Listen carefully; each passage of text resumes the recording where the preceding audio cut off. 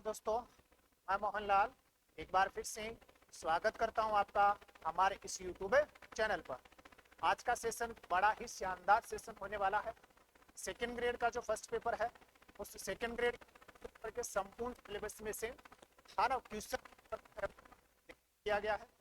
अभी हाल ही में जो एग्जाम्स लगी है उस पैटर्न को जो है ना फॉलो किया गया है। जिस प्रकार के पर्सन बन रहे हैं उस ट्रेंड को फॉलो किया गया है। केवल जो है वो आपको साइकोलॉजी के क्वेश्चन नहीं मिलेंगे, बाकी सेकेंड ग्रेड का जो फर्स्ट पेपर है उसका जो संपूर्ण सिलेबस है, जिसमें चाहे पॉलिटी हो, चाहे आपका ज्योग्राफी हो, चाहे हिस्ट्री हो, चाहे कल्चर हो, चाहे करंट अफेयर्स हो, सबके प्रश्नों का जो है ना वो समावेश किया गया है। टोटल 80 क्वेश्चन है, ठीक है ना। टेस्ट पेपर की विशेषता क्या होगी? तो सबसे बड़ी विशेषता तो ये है कि जो जिस प्रकार का ट्रेंड अभी चल रहा है प्रश्न पूछने का, लगभग उसको फॉलो करने का प्रयास किया गया है। दूसरा है ना, किस प्रकार के प्रश्न बन सकते हैं वो भी इसमें डाले गए हैं। तीसरा है ना, कुछ प्रश्न ऐसे हैं जिसके विकल्प इस प्रकार से बनाए गए हैं ताकि आप उन विकल्प को क्या कर सकें, याद कर सकें, क्योंकि वो संबंधित आपका टॉपिक है, उसकी विशेषताएं हैं। तो इस प्रकार के विकल्प भी जो है ना वो आपके बनाए गए हैं, ठीक है। दूसरा, मेरा उद्देश्य जो है ना वो आपको ज्यादा से ज्यादा ऑथेंटिक जो है ना वो कंटेंट उपलब्ध करवाना है इस पेपर सेट के माध्यम से भी, साथ ही में आपका रिवीजन हो सके, है ना, आपकी तैयारी किस लेवल की है वो आप जांच सकें, वो भी जो है ना आप इस पेपर से कर सकते हैं, ठीक है। सबसे पहले राजनीति से संबंधित, भारत की विदेश नीति से संबंधित प्रश्न है। उसके बाद में पॉलिटी है, पॉलिटी के बाद में हिस्ट्री कल्चर है, हिस्ट्री कल्चर के बाद में करंट अफेयर्स, इकोनॉमिक्स वगैरह के प्रश्न है, और लास्ट में जो है ना आपके ज्योग्राफी के क्या है प्रश्न है, ठीक है। जहां तक संभव हो सका है, मतलब मेरी नजर में जिन प्रश्नों की जो है ना व्याख्या करना अनिवार्य, क्योंकि उनके बारे में जो है ना वो आपके पास कंटेंट है ना, मतलब सोर्स आपके पास उपलब्ध नहीं है, तो जिन प्रश्नों की व्याख्या करना अनिवार्य है उन प्रश्नों की व्याख्या भी जो है ना वो आपकी की गई है, ठीक है ना। तो ध्यान से देखिएगा और ध्यान से पढ़िएगा और ध्यान से आंसर देने का प्रयास कीजिएगा। पहला प्रश्न जो है ना वो आपकी स्क्रीन पर है, तो इस प्रश्न का जो है ना वो आप आंसर दीजिएगा। प्रश्न क्या कह रहा है पढ़ देता हूं मैं, है ना। प्रश्न क्या कह रहा है इसको ध्यान से पढ़िएगा। देखिए, निम्नलिखित में से किस वर्ष से भारत ने कांगो, है ना, लोकतांत्रिक गणराज्य में संयुक्त राष्ट्र, ध्यान से देखो यहां से शब्द पढ़ना ध्यान से, संयुक्त राष्ट्र संगठन मिशन, कौन सा है? संयुक्त राष्ट्र संगठन मिशन, मतलब MONUSCO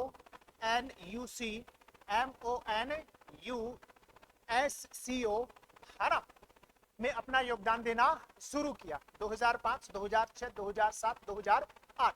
अभी हाल ही में इस प्रकार का जो प्रश्न है वो आपके फर्स्ट ग्रेड में भी पूछा गया है। तो इस प्रश्न का जो आंसर है ना वो आपका कौन सा है? 2005 है। किस प्रकार से 2005 इसका आंसर हुआ वो भी मैं आपको बताता हूं। देखो, है ना, यहाँ क्या दे रखे हैं, मिशन का नाम दे रखा है, जगह दे रखी है, किस वर्ष जो है ना ये शुरू हुआ, और उस मिशन में भारत का योगदान जो है ना वो किस प्रकार का रहा।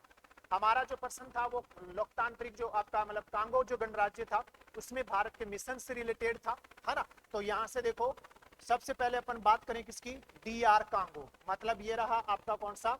कांगो लोकतांत्रिक गणराज्य।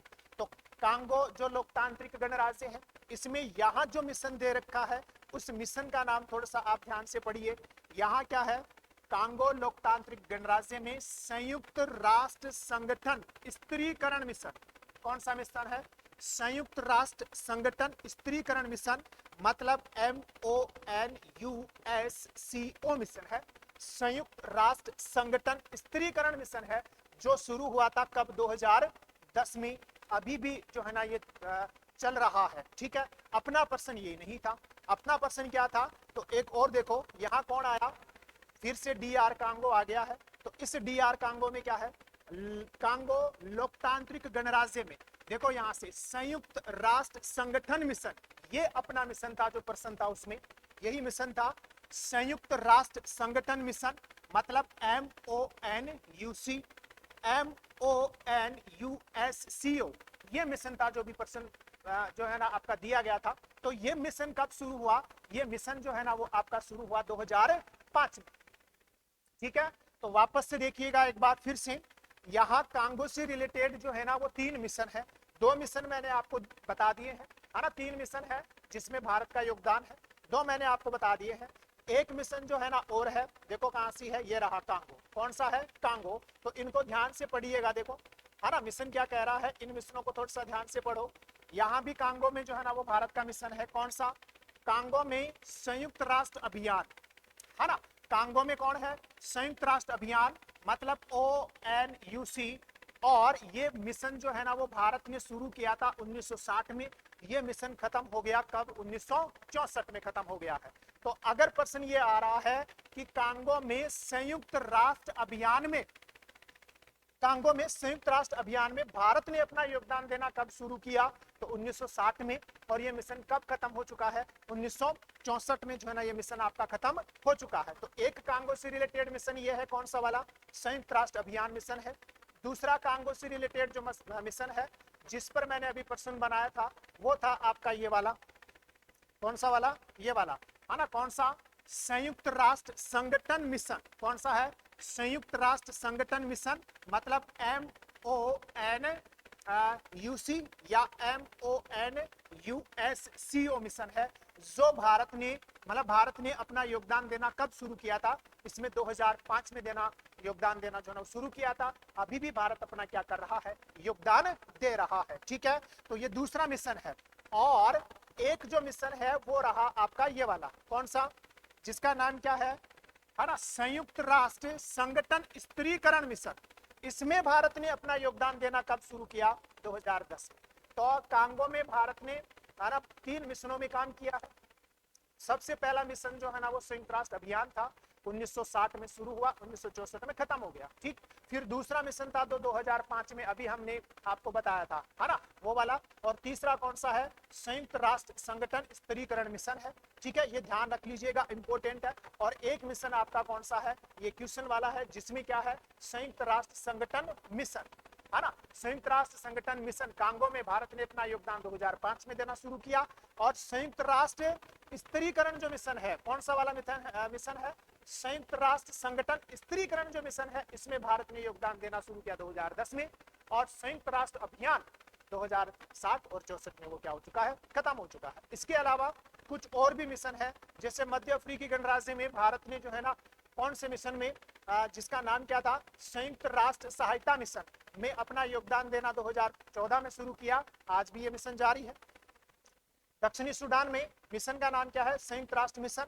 इसमें भारत ने अपना योगदान देना शुरू किया 2012 में, आज भी ये जारी है। ये कांगो वाला मैं आपको बता चुका, ठीक है। इसके अलावा गोलान हाइट्स, है ना, कौन सा है? गोलान हाइट्स में संयुक्त राष्ट्र मिशन, है ना। ये सेकंड ग्रेड में इसमें फर्स्ट ग्रेड के एग्जाम में ये पूछ लिया गया है। तो गोलान हाइट्स में 2006 से जो है ना भारत ने अपना योगदान देना शुरू किया। मिशन का नाम क्या है? संयुक्त राष्ट्र मिशन है, ठीक है। फिर सूडान या फिर दक्षिणी सूडान में मिशन का नाम क्या है? संयुक्त राष्ट्र, है ना, संयुक्त राष्ट्र मिशन ही है। 2005 में भारत ने अपना योगदान देना शुरू किया था। फिर कांगो वाला जो प्रश्न पूछा था मैंने, संयुक्त राष्ट्र संगठन मिशन, कौन सा? संयुक्त राष्ट्र संगठन मिशन, है ना, कांगो गणराज्य में 2005 में भारत ने अपना योगदान देना शुरू किया। लेबनान में मिशन का नाम क्या है? संयुक्त राष्ट्र अंतरिम बल, कौन सा है? संयुक्त राष्ट्र अंतरिम बल। 1998 में भारत ने अपना योगदान देना शुरू किया था, वर्तमान में भी दे रहा है। फिर कौन सा? लाइबेरिया, संयुक्त राष्ट्र मिशन। ये तो ध्यान रख लेना, क्योंकि लाइबेरिया में ही भारत ने पहली महिला जो है ना वो शांति दल भेजा था। पूरे विश्व में पहला महिला शांति दिवस लाइबेरिया में भेजा गया 2007 में, ठीक है। फिर आपके इथोपिया इरिट्रिया जो है ना, इसमें कौन सा है? संयुक्त राष्ट्र मिशन है। 2006 में अपनी सेवा देना शुरू किया, 2008 में खत्म हो गया है, ठीक है। हेती है, हेती में 2004 में जो है ना वो भारत ने कौन से मिशन में, ये देखो, संयुक्त राष्ट्र स्त्रीकरण मिशन, हेती में 2004 में जो है ना अपना योगदान देना शुरू किया था। इसी प्रकार से सिएरा लियोन में है, 1999 2001 खत्म हो गया। इसी प्रकार से अंगोला है, 1989 और 99 तक था। फिर रवांडा है 1994 से 96। फिर सोमालिया है 1993 से 94। फिर ये कांगो में आपको बता चुका 1960 से 1964। और फिर पश्चिमी एशिया में 1956-57 में।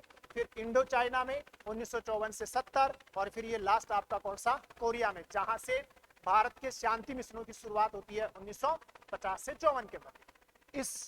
ये पीडीएफ जो है ना वो आपको टेलीग्राम के ऊपर मिल जाएगी, ठीक है। पर्सन बड़ा ही शानदार है, यहाँ से पर्सन जो है ना वो आपका बन चुका है, आगे भी बन सकता है, तो ध्यान रख लीजिएगा। पहला पर्सन जो है ना वो आपका क्या होता है, कंप्लीट होता है। दूसरा पर्सन देखो पढ़ो इसको, दूसरे वाले पर्सन क्या कह रहा है। संयुक्त राष्ट्र शांति स्थापना मिशन के संदर्भ में निम्नलिखित खतरों पर विचार कीजिए और सही कूट का चयन कीजिए।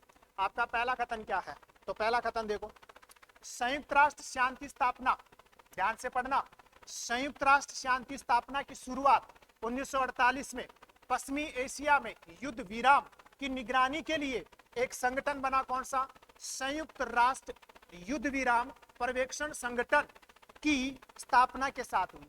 मतलब संयुक्त राष्ट्र जो शांति स्थापना मिशन है उसकी शुरुआत 1948 में हुई, पश्चिमी जो देश है वहां युद्ध विराम को लेकर हुई, और कौन से संगठन की स्थापना के साथ हुई, संयुक्त राष्ट्र युद्ध विराम पर्यवेक्षण संगठन के साथ हुई। तो पहला कथन आपका क्या है, सही है, ठीक है ना। ये प्रश्न पूछ सकता है यहाँ से, संयुक्त राष्ट्र युद्ध विराम पर्यवेक्षण संगठन स्थापना 1948 में, और इसकी स्थापना के साथ ही संयुक्त राष्ट्र जो शांति स्थापना मिशन है उनकी शुरुआत होती है। पहला कथन सही है। दूसरा कथन क्या कह रहा है, इसको थोड़ा सा ध्यान से पढ़ो। शीत युद्ध के दौरान भू राजनीतिक तनाव के कारण से भू राजनीतिक तनाव के कारण से मिशन सीमित रहे, क्योंकि एक तरफ यूएसएसआर और दूसरी तरफ आपके वो थे, है ना, यूएसए, दोनों के बीच में जो ना वो वैचारिक युद्ध चल रहा था। इस वजह से शीत युद्ध तक, मतलब 1990 तक, जब तक शीत युद्ध समाप्त नहीं हुए, उस दौरान संयुक्त राष्ट्र जो शांति मिशन थे ना वो सीमित ही थे, है ना, वो क्या थे, सीमित ही थे। लेकिन 1990 के दशक में शीत युद्ध की समाप्ति के बाद शांति स्थापना मिशनों की संख्या और दायरा, संख्या और कौन सा है, ध्यान रखना, संख्या और कौन सा, यहाँ का ये दायरा है, इस दायरा दोनों में ही क्या आया, महत्वपूर्ण बदलाव आया, महत्वपूर्ण विस्तार हुआ। तो 2 नंबर का कथन भी आपका क्या है, सही है। प्रश्न देने का उद्देश्य ये था कि आपको ये पता हो कि संयुक्त राष्ट्र शांति स्थापना जो मिशन है ना वो जब शुरू हुए तो उस समय उनकी प्रकृति किस प्रकार की, शीत युद्ध के दौरान उनकी प्रकृति किस प्रकार की थी, है ना, किस प्रकार के मिशन हुआ करते थे, और 1990 के दशक के बाद किस प्रकार के मिशन हो गए, और वर्तमान में किस प्रकार के मिशन है ना, वो आपको ध्यान में रखना है कि इनकी प्रकृति किस प्रकार की थी। इसलिए ये दोनों कथन जो है ना वो आपके दिए गए हैं, और दोनों ही कथन क्या है, आपके सही है। तो कौन सा आंसर बनेगा, 6 नंबर जो है ना इसका सही आंसर बनेगा, ठीक है, ध्यान रख लीजिएगा। आगे चलते हैं, अगला प्रश्न क्या कह रहा है, अगले प्रश्न को भी थोड़ा सा ध्यान से पढ़िए। देखो अगला प्रश्न क्या कह रहा है, वही प्रश्न है, सेम क्वालिटी का ही प्रश्न है, सेम प्रकृति का ही प्रश्न है, बस उद्देश्य क्या था, आपको संयुक्त राष्ट्र जो शांति स्थापना मिशन है ना उनके बारे में पूरी जानकारी होनी चाहिए, इस वजह से मैंने ये प्रश्न बनाया है। संयुक्त राष्ट्र शांति स्थापना मिशन के संदर्भ में निम्नलिखित कथनों पर विचार कीजिए और सही कथन का चयन कीजिए। कथन नंबर 1, 1990 के दशक से संयुक्त राष्ट्र ने बहुआयामी मिशनों की तैनाती शुरू की, क्योंकि 1990 के दशक से पहले, क्योंकि जब तक शीत युद्ध समाप्त नहीं हुआ उस समय तक मिशन जो है ना वो सीमित थे। जैसे ही शीत युद्ध जो है ना समाप्त होता है मिशनों की संख्या में क्या होता है, वृद्धि होती है, और मिशन जो है ना वो विस्तारित होते हैं। तो वो जो मिशन है ना 1990 के दशक के बाद में वो कैसे हो जाते हैं, बहुराष्ट्रीय मिशन, है ना। बहुराष्ट्रीय मिशनों की तैनाती इन्होंने शुरू की कब, 1990 के बाद, जिसमें क्या क्या शामिल किया गया, जिसमें सैन्य, राजनीतिक, मानवीय प्रयासों को शामिल किया गया, नागरिक संघर्षों को संबोधित किया गया, शासन का समर्थन किया गया, है ना, मतलब सरकारों का समर्थन किया गया, वहां सरकार स्थापित की गई, जिन देशों में जो है ना अशांति फैली हुई है तो उस अशांति को शांति में कन्वर्ट करना, वहां सरकार स्थापित करना, स्थिर सरकार स्थापित करना, पहले से अगर कोई सरकार है तो उसका समर्थन करना शांति स्थापना के लिए, है ना, और मानवाधिकारों की रक्षा करना। ये भी कथन आपका क्या है, सही है। ये 1990 के दशक के बाद संयुक्त राष्ट्र शांति स्थापना मिशनों में परिवर्तन हुआ। फिर कथन भी क्या कह रहा है, समय के साथ शांति स्थापना में राष्ट्र निर्माण, चुनावी सहायता, हिंसक उग्रवाद का मुकाबला करने जैसे जटिल कार्य शामिल होते चले गए 1990 के दशक के बाद। वर्तमान में इंपॉर्टेंट देखो यहां से, वर्तमान में संयुक्त राष्ट्र शांति स्थापना उभरते वैश्विक सुरक्षा खतरों के साथ साथ पारंपरिक भूमिकाओं को संतुलित करते हुए अनुकूलन करते करना उन्होंने क्या रखा है, जारी रखा है। मतलब किस प्रकार की समस्याएं वर्तमान में आ रही है ना, वैश्विक जो आपका शांति है, उस वैश्विक शांति के सामने किस प्रकार के जटिल खतरे आ रहे हैं उनका समावेश हो रहा है, और परंपरागत तो चल ही रहा है। तो 2 नंबर का भी आपका कथन क्या है, सही है। तो दोनों ही कथन इसमें क्या है, सही है। ठीक है, ध्यान रख लीजिएगा, बहुत ही महत्वपूर्ण है संयुक्त राष्ट्र शांति स्थापना मिशन के संदर्भ में। ठीक है, अगला प्रश्न, इस प्रश्न को पढ़ो और इसका सही आंसर तो देखो। प्रश्न क्या कह रहा है, संयुक्त राष्ट्र के शांति निर्माण आयोग, आयोग है कौन सा, शांति निर्माण आयोग, पीस बिल्डिंग कमीशन के संबंध में निम्नलिखित कथनों में से कौन सा कथन सही नहीं है, ये आपको बताना है। यह एक अंतर सरकारी सलाहकार निकाय है जो संघर्ष प्रभावित देशों में शांति प्रयासों का समर्थन करता है। क्या ये सही है, अपना आंसर बताइएगा कमेंट्स करके। इसकी स्थापना दिसंबर 2010 में हुई है ना। इसमें 31 सदस्य शामिल हैं जिन्हें महासभा, सुरक्षा परिषद और आर्थिक एवं सामाजिक परिषद से चुना जाता है। मतलब 31 सदस्य हैं जो महासभा, सिक्योरिटी काउंसिल और जो सामाजिक, आर्थिक और सामाजिक जो परिषद है वहां से इनका चुनाव किया जाता है। किनका, 31 का। संयुक्त राष्ट्र प्रणाली में शीर्ष वित्तीय योगदानकर्ता देश और शीर्ष सैन्य योगदानकर्ता देश भी इसके क्या है, सदस्य हैं। तो इसका आंसर करके बताओ, देखिए कौन सा है, कमेंट्स करके बताओ इसका आंसर कौन है, क्या कौन सा आंसर है इसमें से, कौन सा कथन जो है ना वो सही नहीं है। तो इसका जो आंसर है वो आपका कौन सा है, 2 नंबर इसका सही आंसर है, क्योंकि स्थापना 2010 में नहीं हुई थी, स्थापना 2005 में हुई थी। ठीक है, तो ध्यान रख लीजिएगा। ठीक है ना, ये प्रश्न भी महत्वपूर्ण है, ध्यान रखना। अगला प्रश्न है ना, प्रश्न सारे शानदार हैं, और अगर आपने इन प्रश्नों को ध्यान से पढ़ लिया, इनके आंसर दे दिए, जो मैं कह रहा हूं उसको ध्यान से सुन लिया, है ना, तो एग्जाम में आपको बहुत ही ज्यादा फायदा मिलेगा। निम्नलिखित में से किसने गुटनिरपेक्ष आंदोलन शिखर सम्मेलन में यह कहा कि यहाँ एकत्रित राष्ट्रों की शक्ति न तो आर्थिक शक्ति है, न ही सैन्य शक्ति है, फिर भी यह शक्ति है, और ये किस प्रकार की शक्ति है, नैतिक शक्ति है। ये स्टेटमेंट किसका है ना। तो इसका आंसर दीजिएगा, और चैनल पर अगर नए हो तो चैनल को सब्सक्राइब जरूर कीजिएगा। कंटेंट तो वैसे भी आपको क्या लगेगा, अच्छा लगेगा, तो आप जो है ना लाइक करने को तो वैसे भी मजबूर है, हो ही जाओगे। ठीक है, तो ये कथन किनका है, जवाहरलाल नेहरू जी का है। किनका है, जवाहरलाल नेहरू। गुटनिरपेक्ष आंदोलन के बारे में जो है ना मैं पहले से क्लास बना चुका, भारत की विदेश नीति से संबंधित क्लास में जो है ना वो अपलोड कर चुका। ठीक है, अब आगे जो प्रश्न पेपर सॉल्यूशन होगा उसमें मैं प्रयास करूंगा कि भारत की विदेश नीति से संबंधित जो भी प्रश्न बन रहे हैं उनका समावेश किया जाए, किस प्रकार के प्रश्न बन रहे हैं उनका समावेश किया जाए, चाहे मुझे 2 प्रश्नों की बजाय 4 प्रश्न जो है ना अपने टेस्ट सॉल्यूशन में देने ही क्यों ना पड़े, क्योंकि आखिरकार अपना उद्देश्य प्रश्न सही करना है। ठीक है, तो ध्यान रख लीजिएगा। आगे चलते हैं, अगला प्रश्न देखो, देखिए क्या कह रहा है, और सबसे महत्वपूर्ण प्रश्न है, क्योंकि इस प्रश्न का आंसर आप दे दो, इस प्रश्न के, है ना, इजी प्रश्न है, और उम्मीद है कि आप जो है ना इसका आंसर दो भी दोगे। अगर नहीं दे पा रहे हो तो अपन बता देंगे। भारत के संविधान में मंत्रियों के बारे में, है ना, उपबंधों से संबंधित निम्नलिखित कथनों पर विचार कीजिएगा।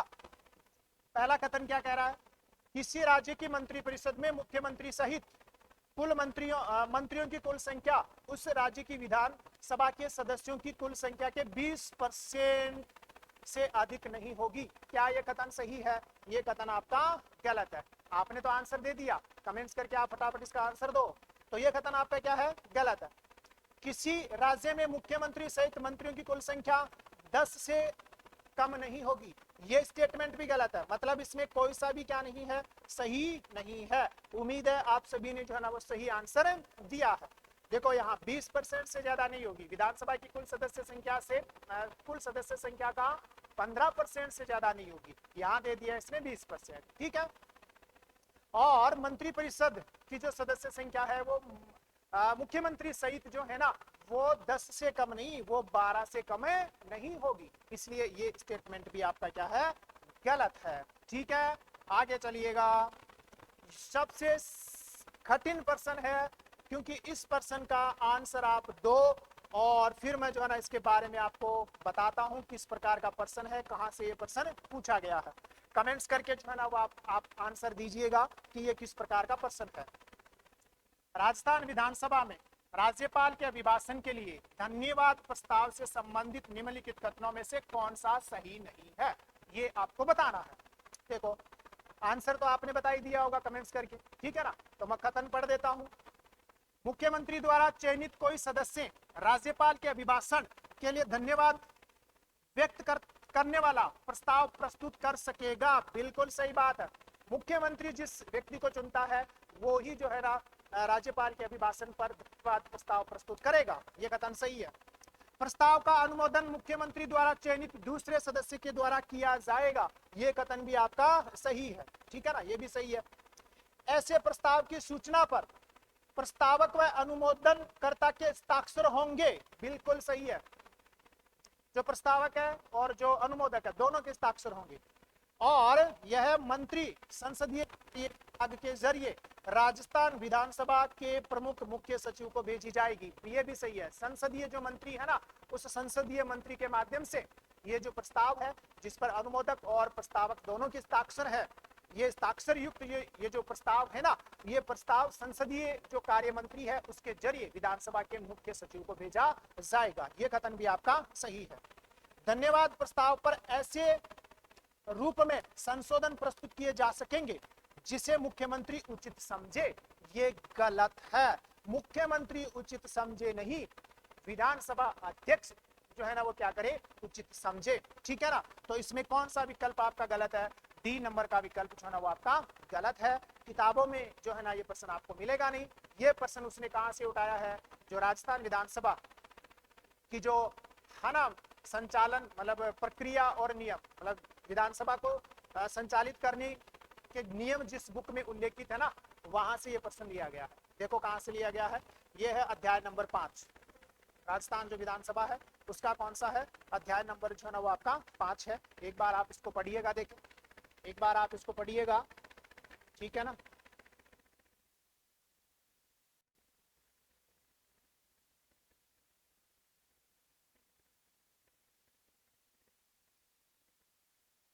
देखो मैं पढ़ देता हूं क्या है प्रश्न। अध्याय में क्या दे रखा है देखो, है ना, क्या कह रहा है।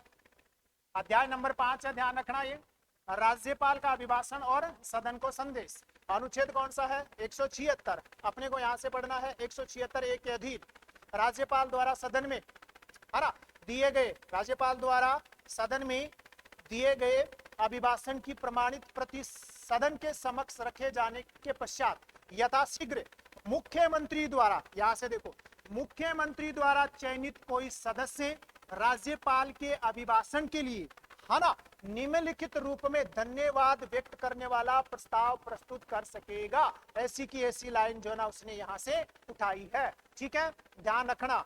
आगे देखो, है ना, इसी में आगे देखो, फिर ये वो जो है ना वो क्या करेगा, इस प्रकार का प्रारूप जो है ना वो तैयार करेगा। यहां से देखो, प्रस्ताव का अनुमोदन मुख्यमंत्री द्वारा चयनित दूसरे सदस्य के द्वारा किया जाएगा।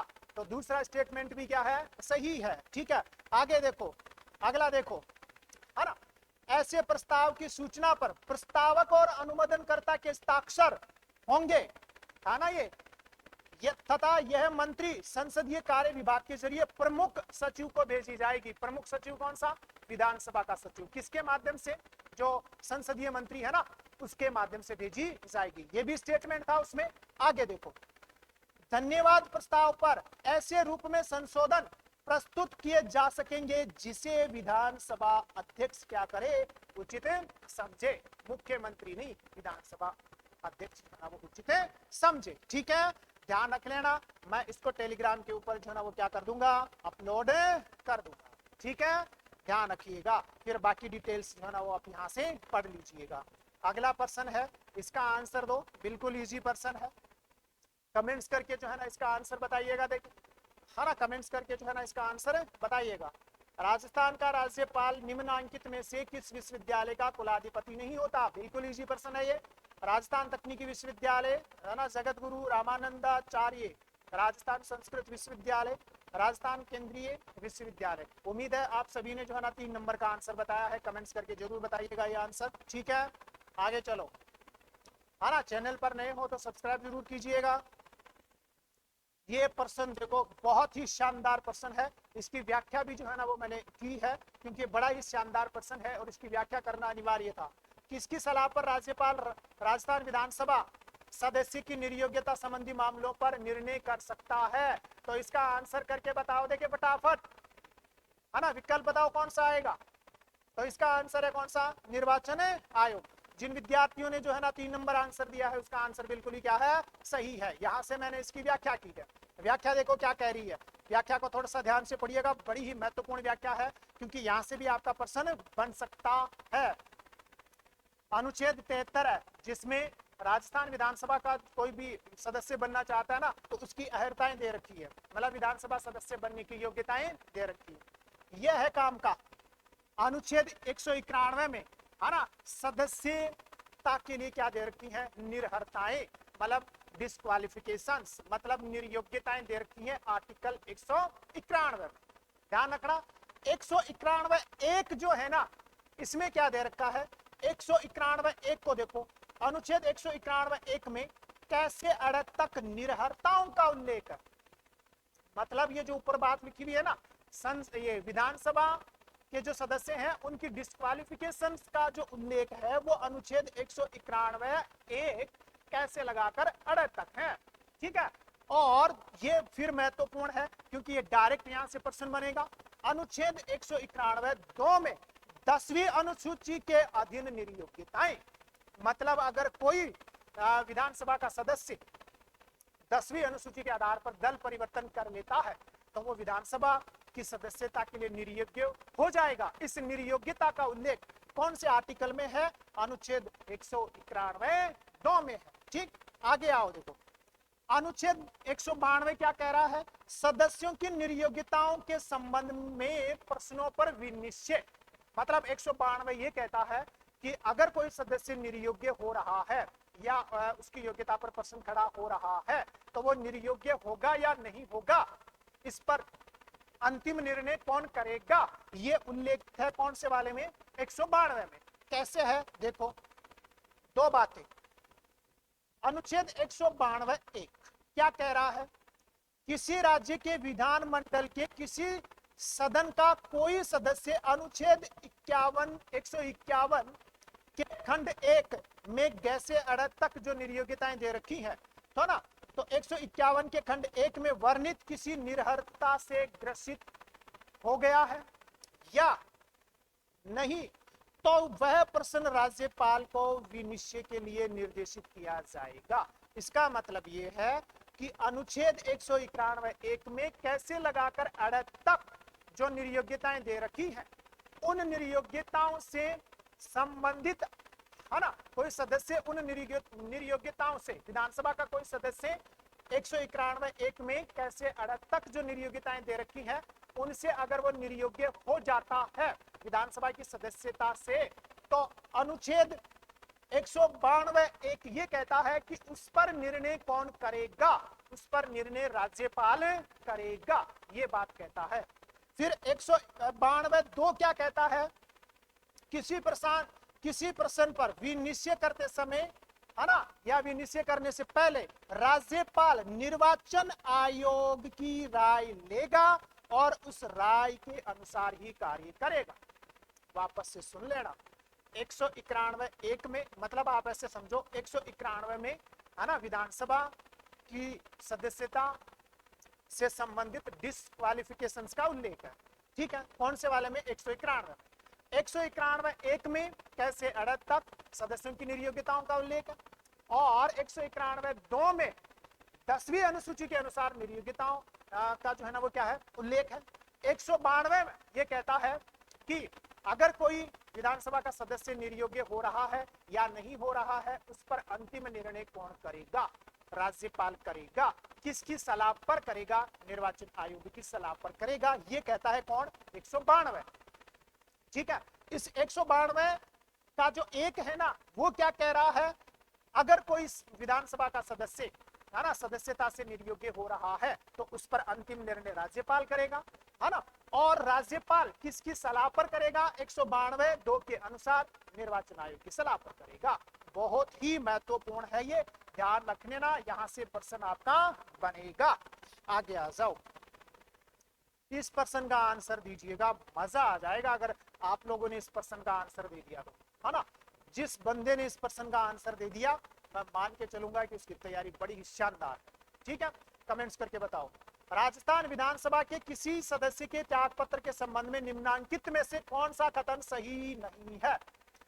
कोई सदस्य जो सदन में अपनी सदस्यता से त्यागपत्र देना चाहता है अपने हस्ताक्षर सहित लेख द्वारा अध्यक्ष को सूचित करेगा, मतलब हस्ताक्षर करके लेटर भेज देगा किसके पास? विधानसभा के अध्यक्ष के पास। तो ये कथन क्या है? सही है, ऐसा उसे करना ही पड़ेगा।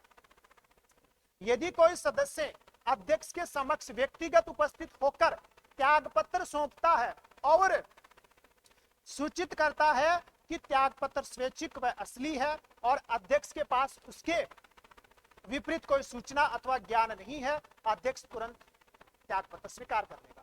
मतलब ये ध्यान से सुनो, देखो अध्यक्ष को देगा त्यागपत्र हस्ताक्षर करके, ठीक है।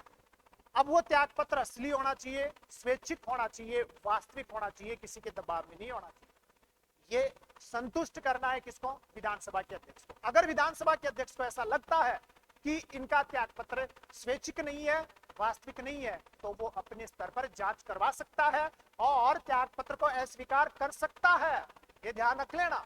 अगला यही कथन कह रहा है, यदि अध्यक्ष को त्यागपत्र पोस्ट अथवा किसी अन्य व्यक्ति के माध्यम से प्राप्त होता है, अध्यक्ष स्वयं की संतुष्टि के लिए कि त्यागपत्र स्वैच्छिक और असली है जांच करवा सकता है जैसा वो उचित समझे। अगर अध्यक्ष को थोड़ा सा ऐसा लग गया कि जिस सदस्य ने त्यागपत्र दिया है वो स्वैच्छिक नहीं है, वो वास्तविक नहीं है, तो वो क्या करवा सकता है? जांच करवा सकता है। ध्यान रखना, ये भी सही है। यदि कोई सदस्य अपना त्यागपत्र अध्यक्ष को सौंपने के 30 दिन के भीतर अपना त्यागपत्र वापस ले सकता है, गलत है। जब तक अध्यक्ष ने त्यागपत्र स्वीकार नहीं किया तब तक आप क्या कर सकते हो? अपना त्यागपत्र वापस ले सकते हो। जैसे ही अध्यक्ष ने स्वीकार कर लिया अब आप वापस नहीं ले सकते और कोई टाइम ड्यूरेशन इसमें नहीं है। इसलिए कौन सा आपका सही आंसर हो जाएगा? 4 नंबर। किसी बुक में इसकी जानकारी नहीं मिलेगी, इसकी जानकारी मैंने बता चुका, राजस्थान विधानसभा की जो कार्यवाही संचालन करने के जो नियम है वहां मिलेगी। देखो यहां से अध्याय नंबर 21 में ये बात लिखी हुई है। मैं इसको आपको थोड़ा सा जूम करके, है ना, कर दिख रहा है तो ध्यान से पढ़िएगा। मैं पढ़ देता हूं, है ना। सदन के स्थानों का त्याग या उनकी रिक्तियां, क्या कह रहा है ना। पहला, जो सदस्य सदन के अपने स्थान का त्याग करना चाहे वह सदन के अपने स्थान का त्याग करने के विचार की सूचना अध्यक्ष को संबोधित अपने हस्ताक्षर सहित लेख द्वारा करेगा। पहला स्टेटमेंट यही था, पहला जो विकल्प था ना वो यही था। फिर इसने नीचे ये दे दिया कि वो क्या क्या लिख कर देगा। फिर यहां से पढ़ो, इस वाली जगह से। कहां से पढ़ो? इस वाली जगह से पढ़ो। देखो क्या है ना, मैं पढ़ रहा हूं, आप तो सुनना। यदि कोई सदस्य त्यागपत्र अध्यक्ष को व्यक्तिगत रूप से देता है और सूचित करता है कि त्यागपत्र स्वेच्छा और वास्तविक है, मतलब स्वैच्छिक और वास्तविक है, और अध्यक्ष को उसके विपरीत कोई सूचना या ज्ञान नहीं है, तो अध्यक्ष तुरंत त्यागपत्र को स्वीकार कर लेगा। ऐसा कैसा विकल्प था ना, यहीं से उठाया गया। आगे देखो अगला विकल्प, यदि अध्यक्ष त्यागपत्र डाक द्वारा या किसी अन्य के मार्फत प्राप्त करता है तो अध्यक्ष अपना समाधान करने के लिए, मतलब जांच कर सकता है अपनी संतुष्टि के लिए, है ना, समाधान के लिए त्यागपत्र स्वैच्छिक है और वास्तविक है ऐसी जांच कर सकेगा जैसा वो उचित समझे। यही से ये लाइन जो ना उठाई गई थी। लास्ट वाला देखो, कोई सदस्य अध्यक्ष द्वारा स्वीकार किए जाने से पूर्व अपना त्याग पत्र वापस ले सकेगा। जैसे ही अध्यक्ष ने क्या कर लिया, त्याग पत्र स्वीकार कर लिया, वो त्याग पत्र नहीं ले सकता। कोई टाइम ड्यूरेशन का यहाँ लेके नहीं है। यहां से ये प्रश्न आपका पूछा गया था, ठीक है ना। और मैं दिखा देता हूं कहां से पूछा गया था। ये क्या लिखा हुआ है, राजस्थान विधानसभा प्रक्रिया नियम, यहां से ये प्रश्न पूछा गया था, है ना। और उसका भी अध्याय नंबर कौन सा है, 21 से ये प्रश्न पूछा गया था। टेलीग्राम चैनल पर मैं इसको अपलोड कर दूंगा। तो बहुत ही शानदार प्रश्न था ये। अगला प्रश्न देखो और इसका आंसर देने का प्रयास करो। देखिए प्रश्न क्या है, मानवाधिकार संरक्षण अधिनियम 1993 निम्नलिखित में से किस धारा में राज्य मानवाधिकार आयोग के अध्यक्ष की नियुक्ति के प्रावधान है। कमेंट्स करके बताओ भी कौन सा है। देखा इसका आंसर फटाफट बताओ, देख, है ना। तो जिन बच्चों ने कौन सा आंसर दिया है, 2 नंबर आंसर दिया है, उनका आंसर बिल्कुल क्या है, सही है। थोड़ा सा इसके बारे में भी डिटेल मैं जो है ना आपके लिए लेकर आया हूं, क्योंकि ये काम की डिटेल्स है। ध्यान से देखो, मानवाधिकार संरक्षण अधिनियम 1993 है, इसका अध्याय 5 है। इसमें धारा 1 देखो, में राज्य मानवाधिकार आयोग के गठन का प्रावधान है। धारा 21(2), धारा 21(1) में तो क्या है, राज्य मानवाधिकार आयोग के गठन का प्रावधान। धारा 21(2) में क्या है, आयोग का संगठन। यहां से देखो धारा 21(2) और उसमें भी सब क्लोज ए, है ना, काम की चीज देखो यहां से, उसमें भी कौन है, सब क्लोज ए, अध्यक्ष।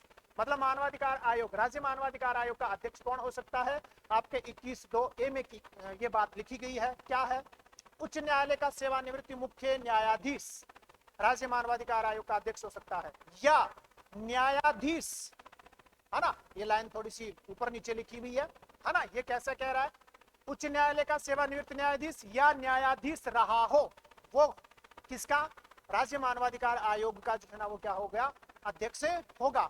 फिर कौन सा, धारा 21(2)(b), मतलब सदस्य किसी उच्च न्यायालय का वर्तमान न्यायाधीश या न्यायाधीश रहा हो। ध्यान से सुनना, अध्यक्ष तो हो गया उच्च न्यायालय का सेवानिवृत्त मुख्य न्यायाधीश या जो न्यायाधीश है वो हो सकता है।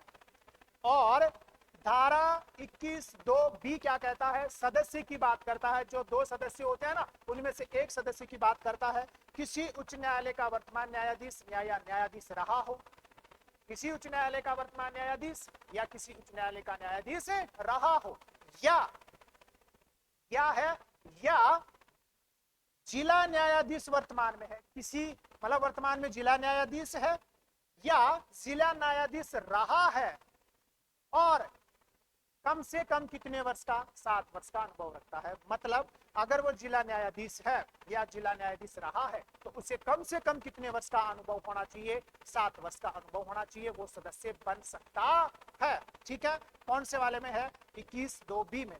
21(2)(c) क्या कह रहा है, तीसरा जो सदस्य है वो मानवाधिकारों का ज्ञाता होना चाहिए। ठीक है, आगे आ जाओ। यहां से देखो अध्यक्ष की नियुक्ति कौन करेगा, यहां से धारा 22 अध्यक्ष सदस्यों की नियुक्ति, यही तो प्रश्न था धारा 22 में। धारा 23 पद से हटाने त्यागपत्र वैधानिक गारंटी का उल्लेख। धारा 24 में पदावधि 3 वर्ष और 70 वर्ष है। ठीक है, ध्यान रखिएगा ये, है ना। आगे आ जाओ, वर्तमान में पुनर्नियुक्ति के पात्र हैं लेकिन लाभ का पद नहीं ले सकते। धारा 25 कार्यवाहक अध्यक्ष की बात करता है, और 28 जो है ना वो प्रशासनिक वो जो वार्षिक प्रतिवेदन जो राज्यपाल को सौंपा जाएगा। अगला प्रश्न पढ़ो और इस प्रश्न का आंसर दो। देखिए क्या है, भारत के संविधान के निम्नलिखित में से किस अनुच्छेद में राजनीतिक दल शब्दावली उल्लेखित है। बड़ा ही महत्वपूर्ण प्रश्न है ना। आंसर दो और फिर इसकी व्याख्या भी बड़ी शानदार है। तो बताओ, देखिए कमेंट्स करके क्या आंसर है ना, कौन सा आंसर आएगा।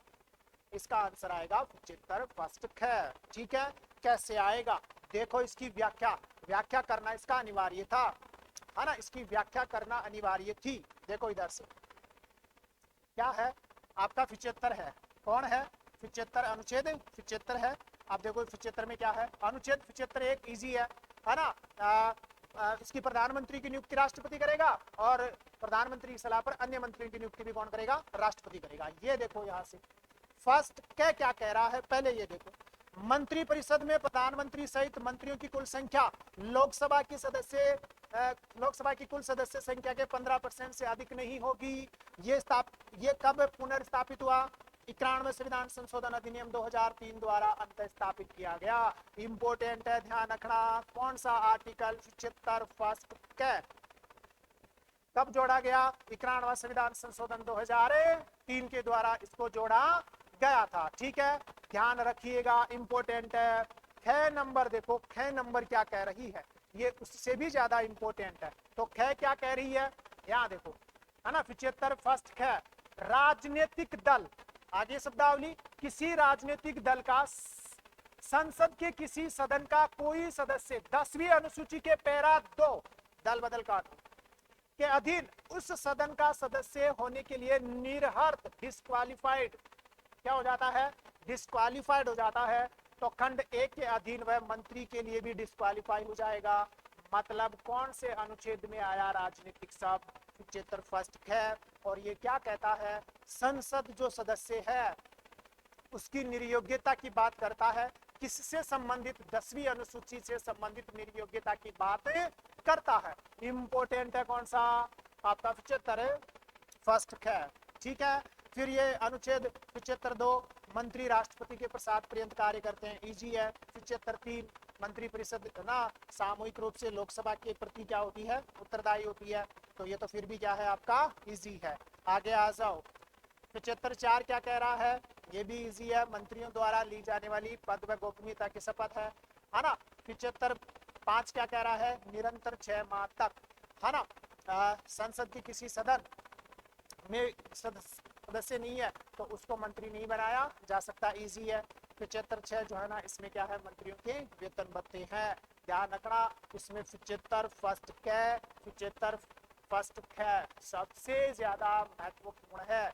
अगले प्रश्न का आंसर दो रहा, भी देखें, भारत के संविधान के निम्नलिखित में से किस अनुच्छेद में यह उल्लेखित है कि राष्ट्रपति अन्य कोई लाभ का पद धारण नहीं कर सकेगा।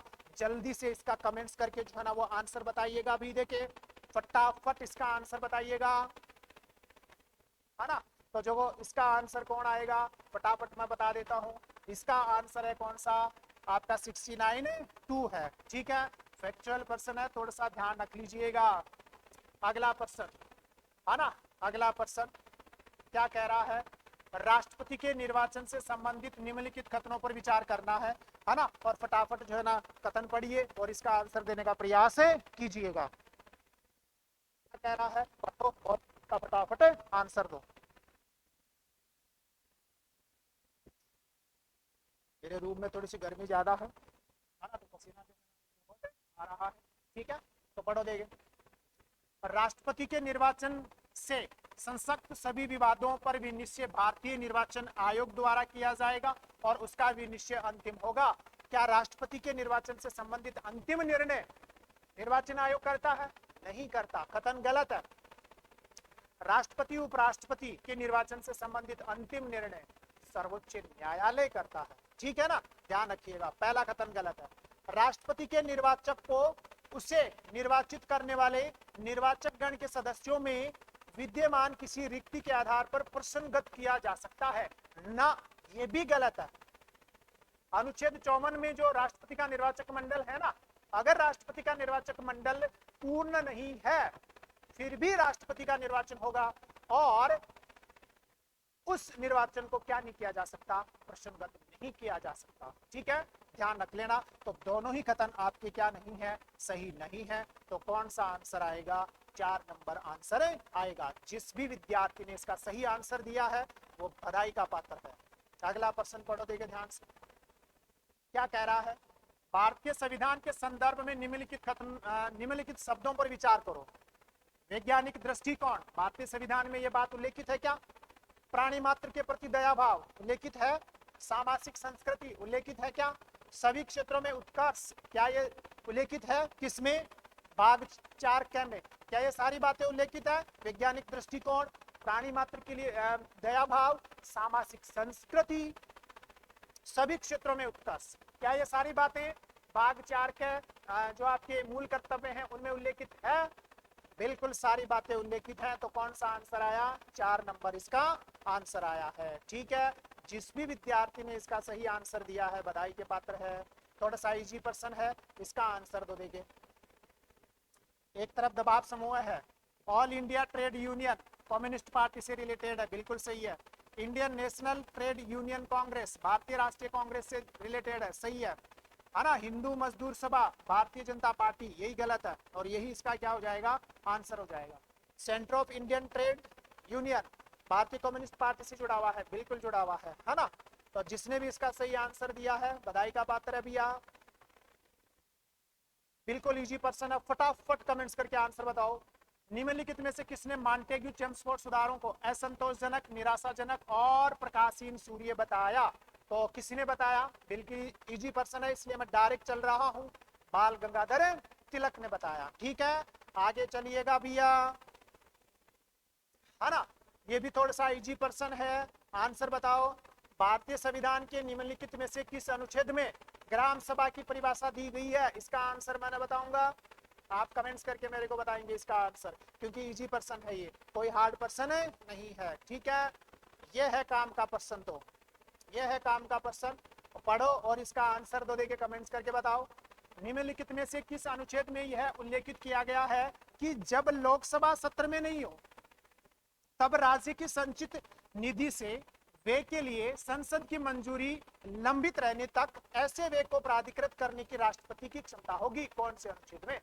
मतलब कौन सा अनुच्छेद ये कहता है कि जब ये लोकसभा सत्र में नहीं हो, है ना, तब राष्ट्रपति राज्य की संचित निधि से व्यय को अनुमति दे सकता है? ये कौन सा अनुच्छेद कहता है?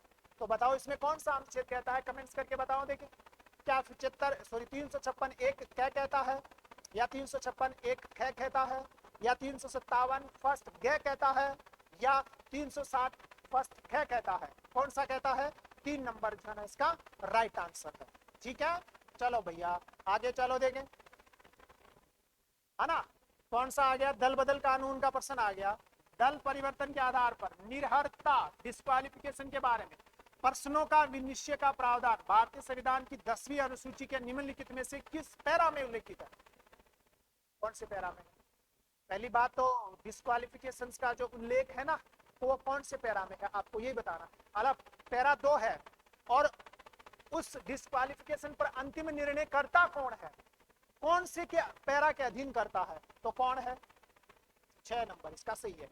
आपको कमेंट्स करके बताना है, अगर संसद का कोई सदस्य दल बदल कानून के आधार पर या इस अनुसूची के आधार पर, 10वीं अनुसूची के आधार पर, है ना, संसद के किसी भी सदन से, है ना, डिस्क्वालीफाई हो जाता है, अगर वो लोकसभा का सदस्य है तो लोकसभा की सदस्यता पर अंतिम निर्णय किसका होगा? अगर वो राज्यसभा का सदस्य है तो उसकी सदस्यता पर अंतिम निर्णय किसका होगा? कमेंट्स करके बताना देखिए, है ना। पर्सन बताओ देखिए, पर्सन क्या है? भारत में प्रेस की स्वतंत्रता, भारत में प्रेस की क्या है, प्रेस की क्या है? स्वतंत्रता संविधान में विशेष रूप से प्रदान किया गया है। अभिव्यक्ति की स्वतंत्रता के अधिकार में निहित है। यही आपका प्रश्न हो गया है बच्चों। आगे चलते हैं, है ना। थोड़ा सा मैंने इसके बारे में दिया भी है, क्योंकि शायद यहाँ से प्रश्न बनने की क्या रहती है संभावना, इसलिए मैंने कुछ बातें जो है यहाँ ऐड की है, जिनको मैं आपको बता देता हूँ। 19(1) भाषण एवं अभिव्यक्ति की स्वतंत्रता की बात करता है। कौन? 19(1) जो है ना, इसी की क्या करता है? आपकी बात करता है। ठीक है, आप इसका आंसर दो, पढ़ो एक बार।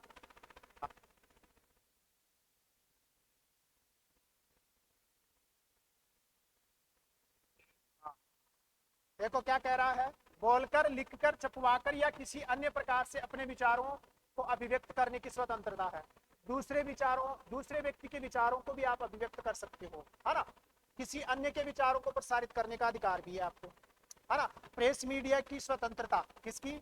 प्रेस मीडिया की स्वतंत्रता भी है, आपको ध्यान रखना, है ना, इसी का हिस्सा है।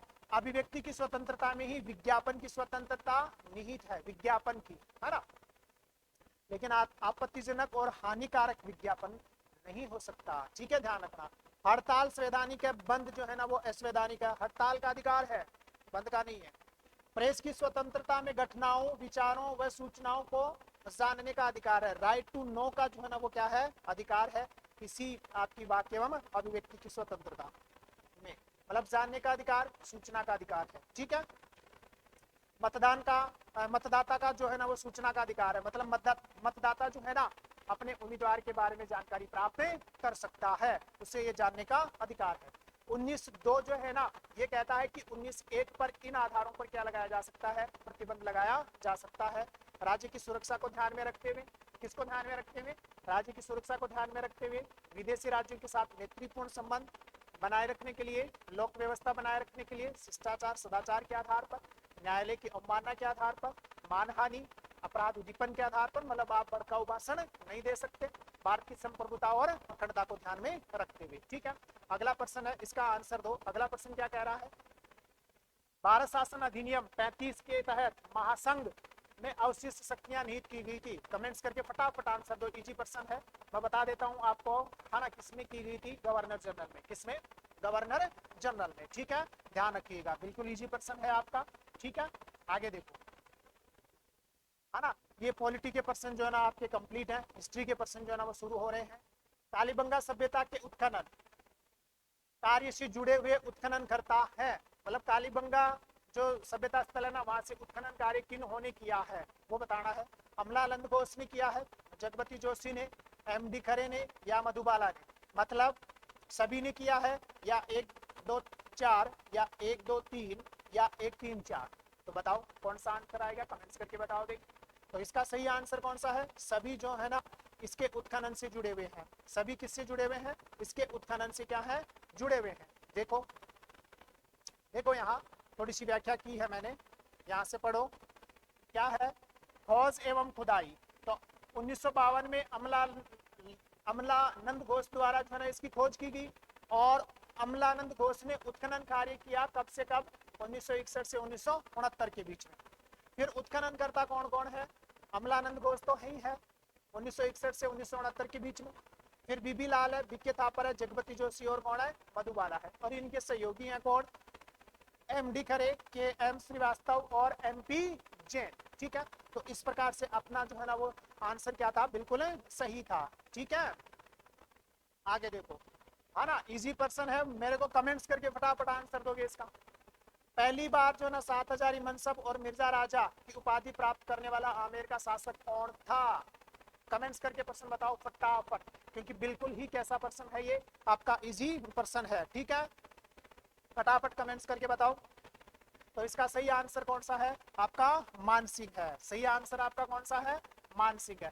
जिन विद्यार्थियों ने जो है ना आंसर दिया है वो बधाई का पात्र है। अगला प्रश्न देखो भी, ये है प्रश्न तो काम का। प्रश्न तो काम का ये है, राजस्थान के निम्नलिखित प्रजा मंडलों पर विचार करो। एक प्रजामंडल आपका मारवाड़, सॉरी, एक प्रजामंडल आपका दिया हुआ है कौन सा? मारवाड़। कौन सा हैंग हो गया अभी? एक प्रजामंडल है मारवाड़, दूसरा मेवाड़, तीसरा बांसवाड़ा। फिर क्या करना है? इनको स्थापना के सही कालक्रम के अनुसार व्यवस्थित करना है। मतलब सबसे पहले स्थापना कौन सी की हुई है और बाद में कौन सी की हुई है। तो आंसर बताओ भी, देखिए इसका क्या आंसर होगा। देखो इसका आंसर होगा द नंबर। इसका आंसर कौन सा होगा? द नंबर जो है ना इसका राइट आंसर होगा। कैसे होगा मैं अभी आपको बता देता हूँ। देखो किस प्रकार से जो है ना इसका आंसर होगा। यहाँ से देखो, यहाँ से देखो, मारवाड़ प्रजामंडल 1934 में स्थापना हुई, है ना, और मेवाड़ प्रजामंडल 24 अप्रैल 1938 को, और आपका जो बांसवाड़ा प्रजामंडल है ये 1943। तो 1 नंबर पर मारवाड़, 2 नंबर पर मेवाड़, 3 नंबर पर बांसवाड़ा। तो 1934 में छगनलाल चौपासी वाला, अभय मल मेहता, भंवरलाल सराफ ने जो है ना इसकी स्थापना की। मेवाड़ की 24 अप्रैल 1938 को बलवंत सिंह मेहता के निवास पर इसकी स्थापना हुई। बलवंत सिंह मेहता को अध्यक्ष बनाया गया था, भूरेलाल बया को उपाध्यक्ष बनाया गया था, माणिक्यलाल वर्मा को महामंत्री बनाया गया था। बांसवाड़ा प्रजामंडल 1934 भूपेंद्र नाथ त्रिवेदी ने दूलजी भाई और मणिशंकर व मोतीलाल के सहयोग से की है। ठीक है, ध्यान रखिएगा, इसी प्रकार के प्रश्न जो है ना वो आपके आगे भी बन सकते हैं, तो क्रम थोड़ा सा ध्यान रख लीजिएगा। तो इस प्रश्न का आंसर दो, बिल्कुल आपका इजी प्रश्न है। ठीक है ना, फिर आगे बढ़ते हैं, आंसर दीजिएगा भाई। देखिए इस प्रश्न का तो भाई देखो फटाफट आंसर दो।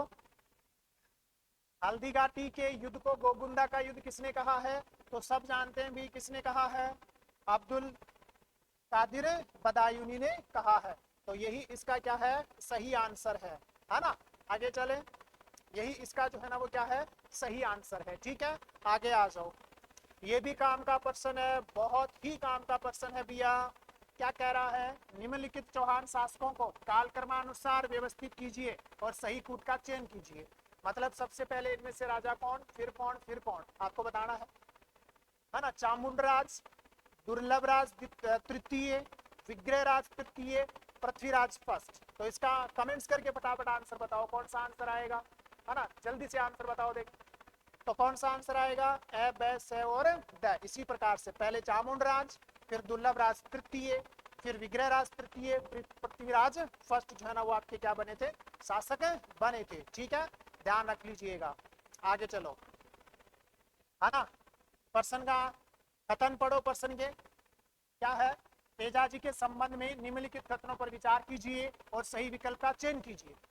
तेजाजी खड़नाल के राजकुमारी और ताहरजी धोलिया जाट के पुत्र थे। क्या ये सही है, ध्यान से देख लो। खड़नाल के राजकुमारी और ताहरजी धोलिया जाट, क्या ये पुत्र थे उसके, बिल्कुल थे। ठीक है, लाचा गुजरी की गायों के रक्षार्थ इन्होंने जो है ना वो एक लड़ाई लड़ी। क्या ये भी सही है, बिल्कुल ये भी सही है। तो जिन विद्यार्थियों ने 3 नंबर का विकल्प बताया है वो बधाई के पात्र है। अपनी तैयारी को इसी प्रकार से जो है ना वो और मजबूत करते रहिएगा। ये भी फैक्चुअल प्रश्न है। प्रश्न देखो, हीराबाड़ी का युद्ध निम्नलिखित में से किन के मध्य लड़ा गया। तो आंसर आएगा कौन सा, मालदेव, दौलत खां लोधी, नागौरी, इनके मध्य जो है ना ये युद्ध लड़ा गया था। ठीक है, ध्यान रखिएगा। यह है काम का प्रश्न और इसके बारे में कुछ एक्स्ट्रा बातें भी जो है ना वो मैंने ऐड की है जो एग्जाम उपयोगी है। तो इसका आंसर बताओ। डॉक्टर टेसीटोरी के अनुसार राजस्थानी भाषा किस सदी के लगभग अस्तित्व में आ चुकी थी, 12वीं, 11वीं, 13वीं या 10वीं सदी। तो देखिए आंसर बताइएगा फटाफट, क्या आंसर आएगा इसका, है ना। तो कौन सा आंसर आएगा, 1 नंबर जो है ना इसका आंसर आएगा 12वीं सदी। किनके अनुसार, डॉक्टर टेसीटोरी के अनुसार। अब थोड़ा सा देखो यहाँ पढ़ो क्या लाइनें लिखी हुई है। राजस्थानी भाषा का विकास लिखा हुआ है। राजस्थानी भाषा का उद्भव व विकास 11वीं से 12वीं सदी के मध्य। इंपॉर्टेंट है ये सारे के सारे, शब्दों पर गौर कर लेना। डॉक्टर टेसीटोरी के अनुसार 12वीं सदी में। राजस्थानी भाषा का स्वतंत्र भाषा के रूप में विकास शुरू हुआ 16वीं सदी के बाद और राजस्थानी भाषा ने स्वतंत्र अस्तित्व प्राप्त कर लिया 17वीं सदी के अंत में। सारे ही प्रश्न कथन जो है ना आपकी क्या है, सही है। ध्यान रख लीजिएगा, फटाफट आंसर देते जाओ, है ना।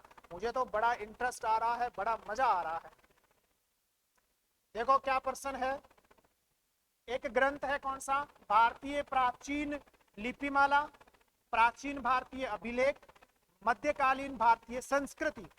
उपर्युक्त ग्रंथ किनके द्वारा रचित है, दयालदास, श्यामलदास, गौरी शंकर, हीराचंद ओझा या फिर जो है ना आपका चंद्रधन शर्मा गुलेरी। तो कमेंट्स करके बताओ किसके ग्रंथ है ये। तो ये ग्रंथ है किसके, 3 नंबर, है ना, ओझा साहब के जो है ना ये क्या है आपके ग्रंथ है। जिस भी विद्यार्थी ने इस प्रश्न का आंसर दिया है बधाई के पात्र है। ये बड़ा ही शानदार प्रश्न है ना। जिस प्रकार की लैंग्वेज है इस प्रश्न की, है ना। मथेरन कला, जिसमें धार्मिक स्थलों एवं पौराणिक कथाओं पर आधारित देवी देवताओं के आकर्षण भित्ति चित्रण व आकर्षक रंग से सजाने की कला होती है, किस क्षेत्र की प्रचलित है या किस क्षेत्र में प्रचलित है। कौन सा आंसर आएगा, इजी है ना, लेकिन लैंग्वेज बड़ी काम की है इसकी। तो कौन सा आंसर आएगा, Bikaner is the right answer. ठीक है, जिस भी विद्यार्थी ने आंसर दिया है बधाई का पात्र है। कमेंट्स करते रहिएगा, लाइक करते रहिएगा, शेयर करते रहिएगा।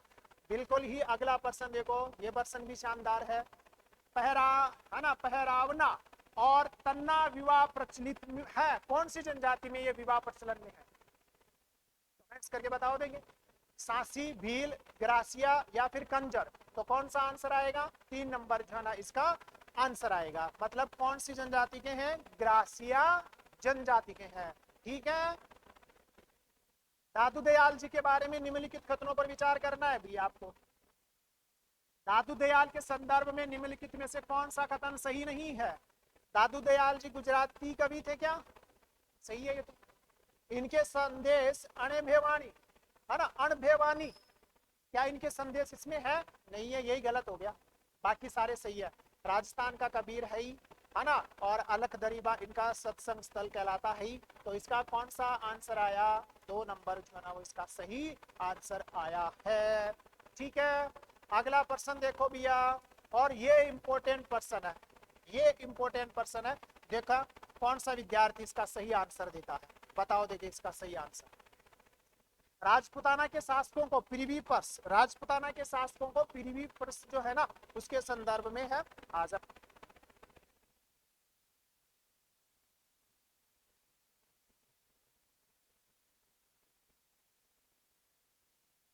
है ना, राजपुताना के शासकों के पृथ्वी पर्स से संबंधित कौन सा कथन सही नहीं है, तो बताओ देखिए कौन से विद्यार्थी ने इसका सही आंसर दिया है। शानदार क्वेश्चन है।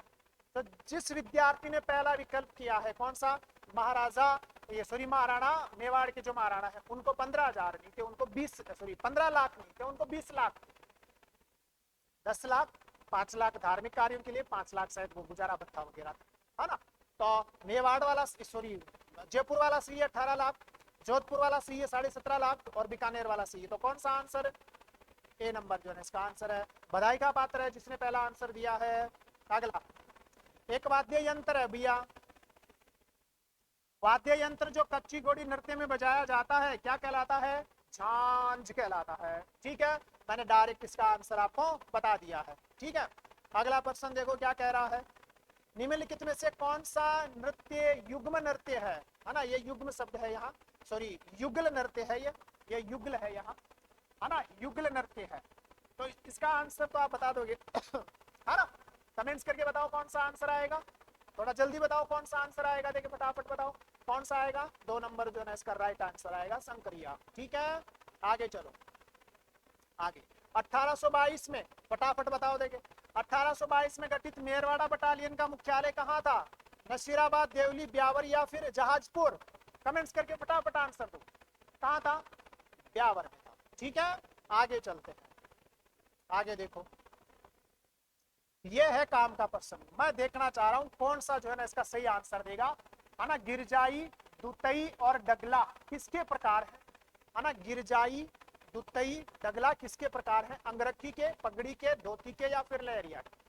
कमेंट्स करके बताओ किसके जो है ना ये प्रकार। ठीक है, फटाफट देके इसका आंसर देने का प्रयास करो।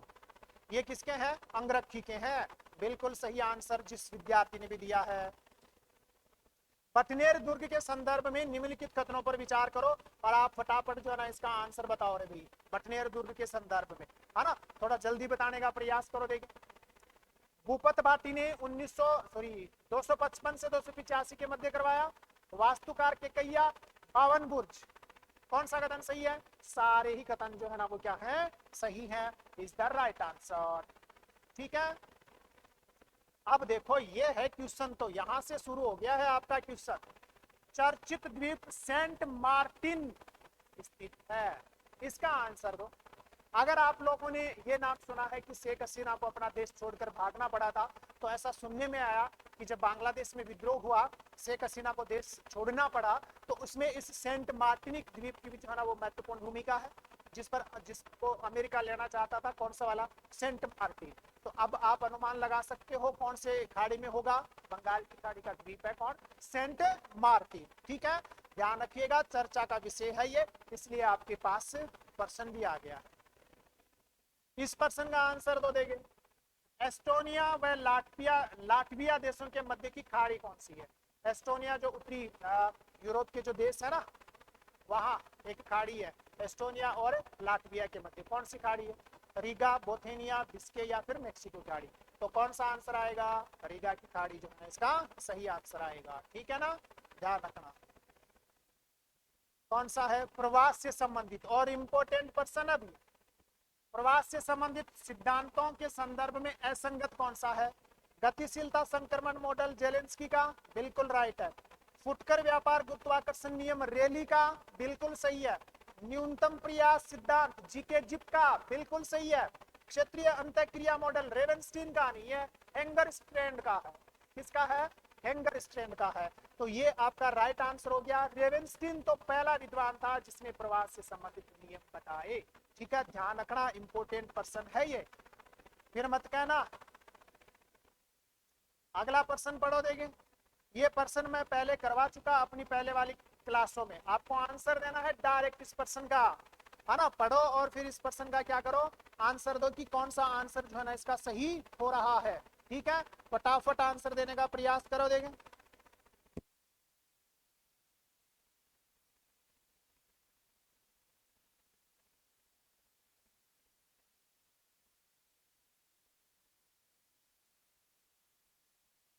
फटाफट इसका आंसर दो भी देंगे, है ना, फटाफट आंसर दो। इस प्रश्न का जो आंसर है ना, इसमें दोनों ही कथन क्या है आपके सही है, ध्यान रखना।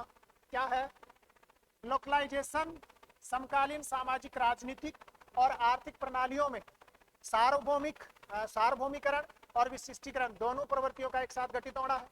यह सब लोकलाइजेशन वैश्वीकरण और लोकलाइजेशन स्थानीकरण का एक भाषाई मिश्रण है, जिसे रोनाल्ड रॉबर्टसन के द्वारा गढ़ा व लोकप्रिय बनाया गया। तो दोनों ही कथन आपके क्या है, सही है। जिस विद्यार्थी ने इसका सही आंसर दिया है वो बधाई का क्या है, पात्र है। ठीक है, अगला देखो, है ना, करंट का प्रश्न आ गया है। विश्व पर्यावरण दिवस 2025 की थीम क्या है, प्रकृति के साथ सामंजस्य एवं सतत विकास, प्लास्टिक प्रदूषण को हराना, वन एवं भोजन। फटाफट बताओ क्या आंसर है, आर्द्र भूमि और जलवायु परिवर्तन। तो कौन सा है, विश्व पर्यावरण दिवस की थीम कौन सी है, प्लास्टिक प्रदूषण को हराना। ठीक है ना, बीट द प्लास्टिक पॉल्यूशन। और ये देखो, ये प्रश्न आपके एग्जाम में एज इट इज ऐसे कैसा छप जाएगा, पहले बता देता हूं। भारत ने कब 100 गीगावाट सौर स्थापित क्षमता का लक्ष्य प्राप्त कर लिया, 31 दिसंबर 2024 को, या 31 मार्च 2025 को, या 31 जनवरी 2025 को, या फिर 1 मार्च 2025 को। तो इसका सही आंसर बताओ, देखिए क्या आंसर है। तो इसका जो आंसर है वो कौन सा है, 31 जनवरी 2025 जो है ना वो क्या है, सही आंसर है। ठीक है, अगला प्रश्न देखो, और ये भी इंपॉर्टेंट क्वेश्चन है, ऐसे कैसे छपेगा एग्जाम में। संयुक्त राष्ट्र ने जलवायु प्रणाली में ग्लेशियरों, बर्फ एवं हिम की भूमिका के बारे में जागरूकता बढ़ाने के लिए किस वर्ष को ग्लेशियरों के संरक्षण का अंतर्राष्ट्रीय वर्ष घोषित किया। मतलब कौन सा वर्ष ग्लेशियर हिमनदों का अंतर्राष्ट्रीय वर्ष है। तो बताओ कौन सा है, 27 है, 24 है, या 26 है, या 25 है। तो कौन सा आंसर आएगा, 2025 जो है ना इसका राइट आंसर है। और ये प्रश्न जो है ना वो एग्जाम में छपेगा भी। ठीक है ना, वर्ष 2025 को, है ना, कौन सा है, वर्ष 2025 को अंतर्राष्ट्रीय वर्ष घोषित किया गया किस किस के लिए, सहकारिता, ग्लेशियर संरक्षण, शांति और विश्वास, क्वांटम विज्ञान एवं प्रौद्योगिकी। इंपॉर्टेंट है भैया, ध्यान रख लेना, प्रश्न बन सकता है। अगला प्रश्न है उसका आंसर दो, देंगे अगला जो प्रश्न है उसका आंसर दो, है ना, करंट का प्रश्न है भी। प्रश्न क्या है, राजस्थान में क्षेत्रीय राजभाषा सम्मेलन 2025, है ना, कौन से शहर में आयोजित किया गया। तो इस प्रश्न का आंसर कौन सा है, अजमेर, बीकानेर, जोधपुर या फिर जैसलमेर। तो कमेंट्स करके बताइएगा भी, देखिए इस प्रश्न का आंसर कौन सा होगा, फटाफट बताओ, देंगे, है ना, इस प्रश्न का आंसर बताओ। तो इसका जो आंसर है वो आपका कौन सा है ना, आपका जोधपुर जो है ना इसका सही आंसर है। ठीक है, और ये प्रश्न भी शायद आप आसानी से दे दोगे जवाब। राजस्थान के किस जिले में हाल ही में रोजगार दक्षता के लिए माई नरेगा ऐप है ये, माई नरेगा ऐप जो है ना वो क्या किया गया, पेश किया गया। तो किसके द्वारा पेश किया गया है, टीना डाबी को अगर जानते हो तो कौन है, बाड़मेर है। टीना डाबी को अगर जानते हो तो इसका सही आंसर कौन सा है, बाड़मेर है। ठीक है ना, प्रश्न क्या कह रहा है, पढ़ो एक बार। वर्ष 2025 में पद्म पुरस्कारों से, है ना, पद्म पुरस्कारों से सम्मानित राजस्थान के व्यक्तित्व और क्षेत्र के संदर्भ में सही कथन का चयन करना है। मतलब राजस्थान में वर्ष 2000 जो आपका 25 था उसमें तीन व्यक्तियों को जो है ना वो पद्म श्री दिया गया। तो वो तीन व्यक्ति कौन कौन से हैं, बैजनाथ है, उनका क्षेत्र है आध्यात्मिक, और कहाँ के रहने वाले हैं, सीकर के। तो क्या ये तीनों सही है कि बैजनाथ, आध्यात्मिक क्षेत्र और कौन सा, सीकर। तो ये बिल्कुल क्या है, सही है। बतुल बेगम कला के क्षेत्र में नागौर की है, ये भी सही है। सीनकाफ निजाम शिक्षा साहित्य के क्षेत्र में जोधपुर, ये भी आपका क्या है, सही है। तो पहला ही विकल्प जो है ना आपका क्या है, सही है। ठीक है, अगला प्रश्न कौन सा है ना, ये इंपॉर्टेंट प्रश्न है। और यहाँ ये प्रश्न देने का जो उद्देश्य था ना आप ये ध्यान रखना, राजस्थान का जो मंत्री परिषद है उसमें कौन से मंत्री के पास कौन सा विभाग है। तो राजस्थान की उप मुख्यमंत्री सुश्री दिया कुमारी के पास निम्न में से कौन सा विभाग नहीं है। कब तक की बात है, अप्रैल 2025 तक की। पहला कौन सा है, वित्त विभाग, दूसरा पर्यटन विभाग, महिला एवं बाल विकास विभाग, जन अभियोग निराकरण विभाग या कार्मिक विभाग, है ना।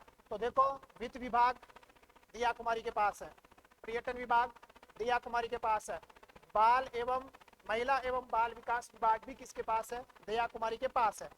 ये जो है ना जन अभियोग निराकरण विभाग, ये किरोड़ी बाबा के पास है, तो ये दिया कुमारी के पास नहीं है। कार्मिक विभाग जो है ना ये मुख्यमंत्री के पास है, भजन लाल जी के पास, तो ये भी नहीं है। तो इसका जो सही आंसर है वो आपका कौन सा है ना, 4 और 5 जो है ना इसका क्या है, सही आंसर है। ठीक है, अगला प्रश्न क्या कह रहा है, अगला प्रश्न है राजस्थान के उस गांव का क्या नाम है जो ग्रीन टेक्नोलॉजी इंटरवेंशन की मदद से खुद को जीरो वेस्ट मॉडल में बदल रहा है। तो मैं डायरेक्ट इसका आंसर बता रहा हूं, कौन है, आंधी है। क्योंकि थोड़ा सेशन जो है ना वो लंबा हो रहा है, इसलिए थोड़ा सा फटाफट चलते हैं। ये पर्सन काम का पर्सन है और इम्पोर्टेंट पर्सन जो है ना वो लगा के चलिएगा। कौन सी लाइन इसमें महत्वपूर्ण है वो मैं बता दूंगा। राजकोषीय स्वास्थ्य सूचकांक 2025 के संदर्भ में निम्नलिखित कथनों पर विचार कीजिए और सत्य कथन का चयन कीजिए, है ना। नीति आयोग द्वारा भारत में राज्यों के राजकोषीय स्वास्थ्य, है ना, राज्यों में कौन है, राज्य में कौन है, थोड़ा हैंग हो रहा है, वैसे ही पढ़ लेना। राज्यों के राजकोषीय स्वास्थ्य के बारे में समझ बढ़ाने के उद्देश्य से 18 प्रमुख राज्यों को शामिल करते हुए ये जारी किया। तो ये कथन आपका सही है। नीति आयोग ने जो है ना ये जारी किया है, उसका उद्देश्य क्या है, राज्यों को राजकोषीय स्वास्थ्य के बारे में जागरूक करना। कितने प्रमुख राज्यों को शामिल किया गया, 18 प्रमुख राज्यों को शामिल करके ये सूचकांक जारी किया गया। ठीक है, FHI राजकोषीय स्वास्थ्य सूचकांक में ओडिशा शीर्ष स्थान पर है, ये भी सही कथन है। अपने लिए काम का कौन सा है, अपने लिए ये है। सूचकांक में राजस्थान का स्कोर है 28.6 और राजस्थान कौन से स्थान पर है, 12वें स्थान पर है। ये कथन भी सही है। तीनों ही कथन जो है ना वो आपके क्या है, सही है। तो सही आंसर ये है। तीसरा जो कथन है ना वो थोड़ा सा ध्यान रख लीजिएगा। ठीक है, फिर से ये करंट का प्रश्न है भैया, हालांकि मैं इसके बारे में बहुत बार चर्चा कर चुका। हिंद महासागर, हाल ही में हिंद महासागर के द्वीप चेगोस की संप्रभुता का अधिकार ब्रिटेन ने कौन से देश को सौंप दिया, है ना। मतलब चेगोस द्वीप है हिंद महासागर के बीचों बीच, डियागो गार्सिया उसी चेगोस पर आता है। तो इस चेगोस द्वीप की संप्रभुता का अधिकार ब्रिटेन ने किसको सौंप दिया, आंसर बताना, मॉरिशस। किसको सौंपा है, मॉरिशस को। ठीक है, ध्यान रखना करंट का इश्यू है, प्रश्न आपका बन जाएगा। ठीक है, आगे देखो, पंडित दीनदयाल कौन सा है, पंडित दीनदयाल उपाध्याय अंत्योदय संबल पखवाड़ा का मुख्य उद्देश्य क्या है। मैं डायरेक्ट बता रहा हूँ, ग्रामीण क्षेत्रों में अंत्योदय लाभार्थियों तक योजनाओं की पहुंच को बढ़ाना जो है ना इसका सही आंसर है। ठीक है, ध्यान रख लीजिएगा, ये इंपॉर्टेंट है। हालांकि मैं भारत के विदेश व्यापार वाली क्लास में ये बता भी चुका आपको। भारत का सबसे बड़ा व्यापारिक भागीदार देश जून 2005 तक तो कौन था, यूएसए था। इसकी चर्चा मैं पहले वाली क्लासों में कर चुका। ठीक है, अगला प्रश्न सबसे काम का प्रश्न है, देखते हैं उस प्रश्न का आंसर कौन देता है। यही सबसे महत्वपूर्ण प्रश्न है, इसको ध्यान से पढ़ो और कमेंट्स करके जो है इसका आंसर बताओ। वित्त वर्ष 2023 में सेवा क्षेत्र के प्रदर्शन के संबंध में कौन निम्नलिखित कथनों पर विचार करो। पहला कथन क्या कह रहा है, कर्नाटक और महाराष्ट्र मिलकर सभी राज्यों के कुल सेवा क्षेत्र जीएसवीए का 1/4 से ज्यादा का योगदान देते हैं। ये ऐसा का ऐसा फर्स्ट ग्रेड की एग्जाम में पूछा गया था, तो बिल्कुल देते हैं। फिर अगला, 19 राज्यों का एक समूह सामूहिक रूप से सभी राज्यों के कुल सेवा क्षेत्र जीएसवीए का 1/4 से मतलब 1/4 का योगदान देते हैं। 19 राज्यों का जो एक समूह है वो 1/4 का योगदान देते हैं। ये कथन भी सही है और ये कथन भी फर्स्ट ग्रेड में पूछा था, लेकिन उसने एक चौथाई के स्थान पर डाल दिया आधे से ज्यादा का योगदान देते हैं, तो वहां ये गलत हो गया। गलत क्यों हुआ? क्योंकि 19 राज्यों का समूह है जो है ना, वो सभी राज्यों के कुल सेवा क्षेत्र जीएसवीए का एक चौथाई का योगदान देते हैं, आधे से ज्यादा का योगदान नहीं देते हैं। इस वजह से वहां ये क्या हो गया? गलत हो गया। ठीक, अगला, कर्नाटक, महाराष्ट्र, तमिलनाडु, उत्तर प्रदेश, गुजरात मिलकर कुल सेवा क्षेत्र जीएसवीए का आधे से ज्यादा योगदान देते हैं। ये कथन भी आपका सही है। तो सभी कथन आपके क्या है? सही है ना? सबसे महत्वपूर्ण पर्सन है ये। ठीक है, आगे देखो, ये पर्सन की, इस पर्सन की चर्चा भी जो है ना अपन पहले कर चुके हैं, तो इस पर्सन का जो है ना वो आप आंसर देने का प्रयास कीजिएगा। अरे तो आ रहे, हाँ आ रहे हो,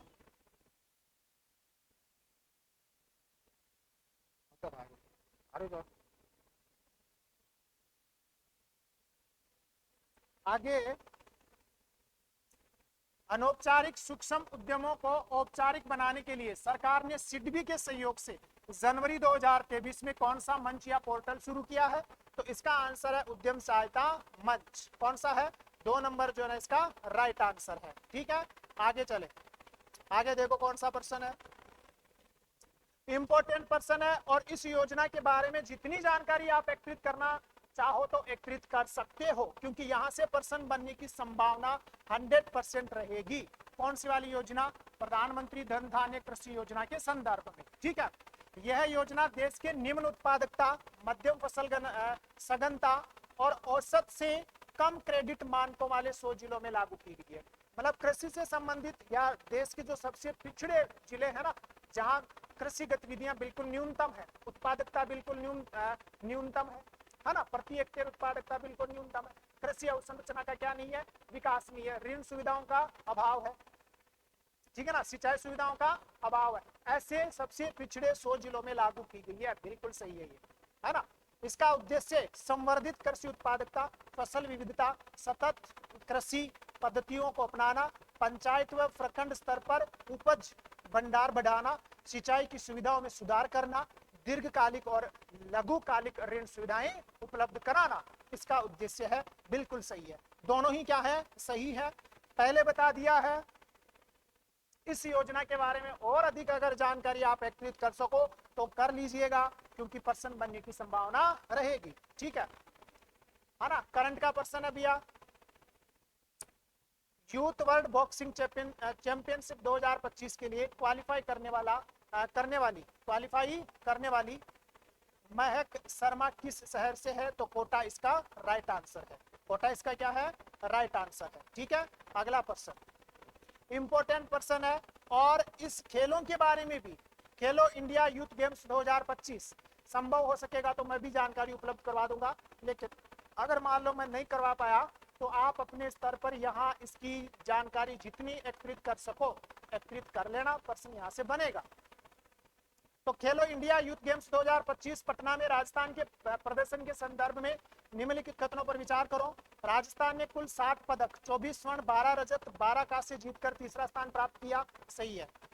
योगासन स्पर्धा में पहली बार राजस्थान को 2 स्वर्ण, ऋतिक रोशन व 1 कांस्य पदक मिला राजस्थान को, है ना। और वो किसने दिलवाया? अंजलि बिश्नोई ने। तो दोनों ही कथन आपके क्या है? सही है। ठीक है, ध्यान रखना, दोनों ही कथन क्या है? सही है। आगे आगे प्रश्न देखो, प्रश्न क्या कह रहा है?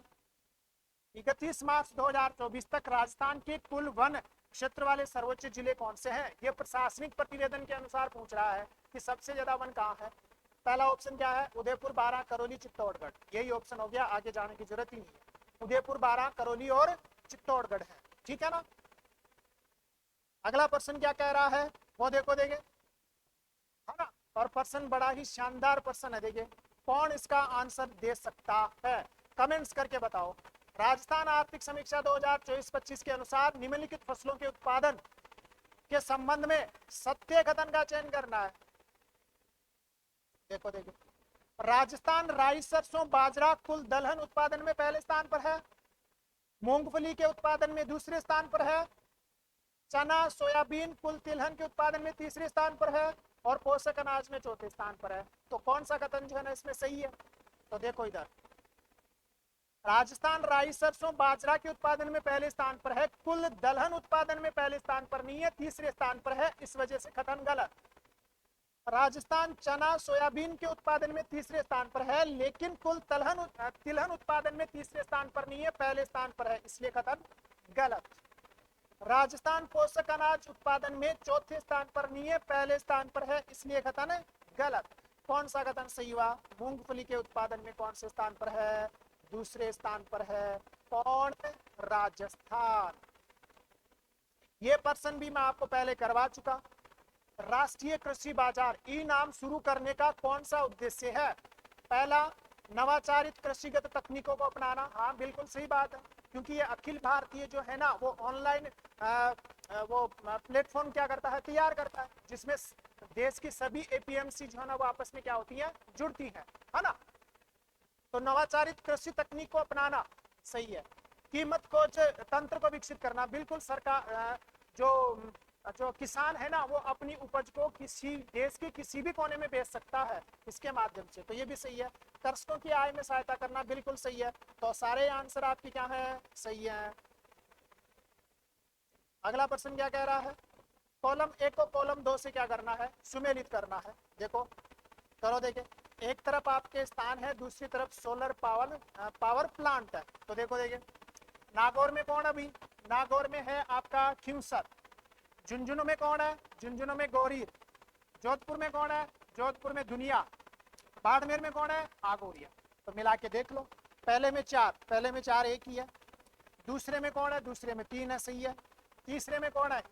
2 है, सही है। और चौथे में कौन सा है? 1 है। तो कौन सा आंसर आया? 3 नंबर जो है ना इसका सही आंसर आया है। ठीक है, आगे चलो।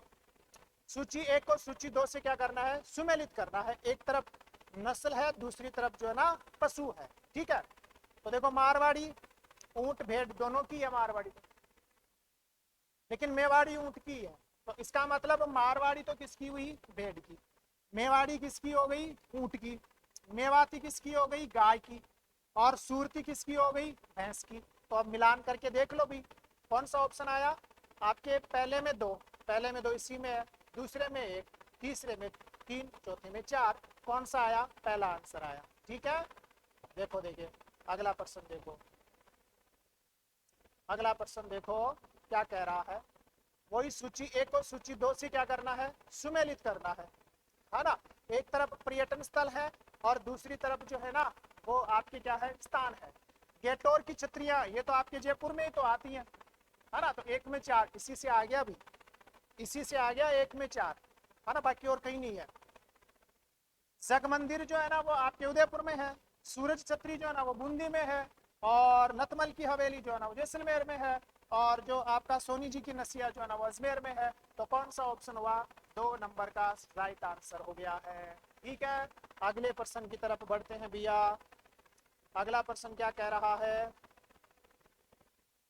निम्नलिखित कथनों पर विचार कीजिएगा लूनी नदी के संदर्भ में। इसका प्रश्न बताओ, इसका आंसर बताओ बेटे के फटाफट, है ना। कौन इसका आंसर बताता है? कमेंट्स करके बताओ इसका आंसर क्या आएगा। कथन 1, भारत की एकमात्र खारी नदी लूनी राजस्थान के थार रेगिस्तान से होकर बहती है ना। दूसरा क्या है?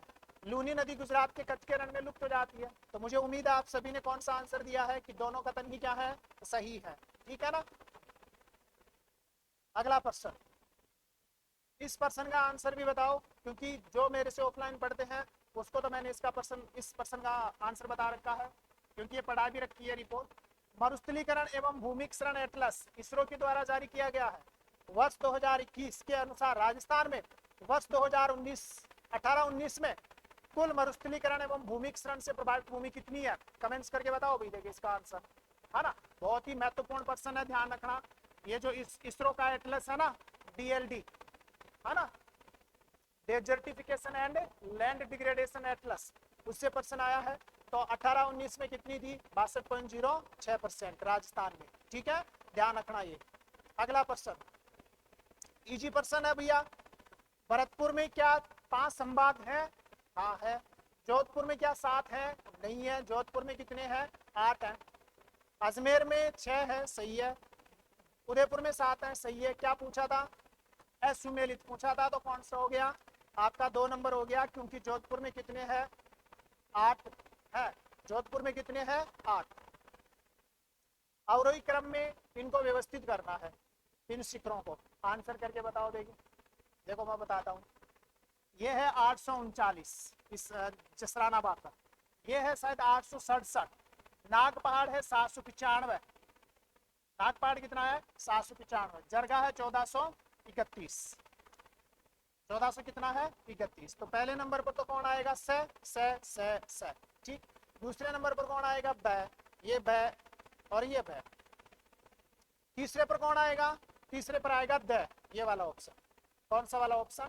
नहीं, द थोड़ी आएगा। तीसरे पर आएगा, ये नहीं आएगा भाई, है ना। मतलब यहाँ तक तो सब ठीक है। 3 नंबर पर आपका कौन सा आएगा भाई? 3 नंबर पर आएगा ए, है ना। तो ये पहले वाला आंसर ही आ गया। कौन सा आंसर आया?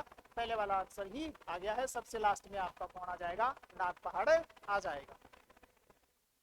ये पर्सन मैं अपनी क्लासों में इसका सॉल्यूशन बता चुका आपको। निम्न में से कौन सी नदी का जल ग्रहण क्षेत्र सर्वाधिक है ना। ये मैं मेरी जो YouTube पर क्लास से ली है, बात के उपा तंत्र, वहां से ये प्रश्न उठाया है और ये प्रश्न मैं आपको करवा चुका। तो इन नदियों में सबसे ज्यादा जल ग्रहण क्षेत्र किसका है? पेनार नदी का है। ठीक है, मतलब पेनार नदी का जल ग्रहण क्षेत्र माही, साबरमती और किससे भी ज्यादा है? स्वर्णरेखा नदी से भी ज्यादा है।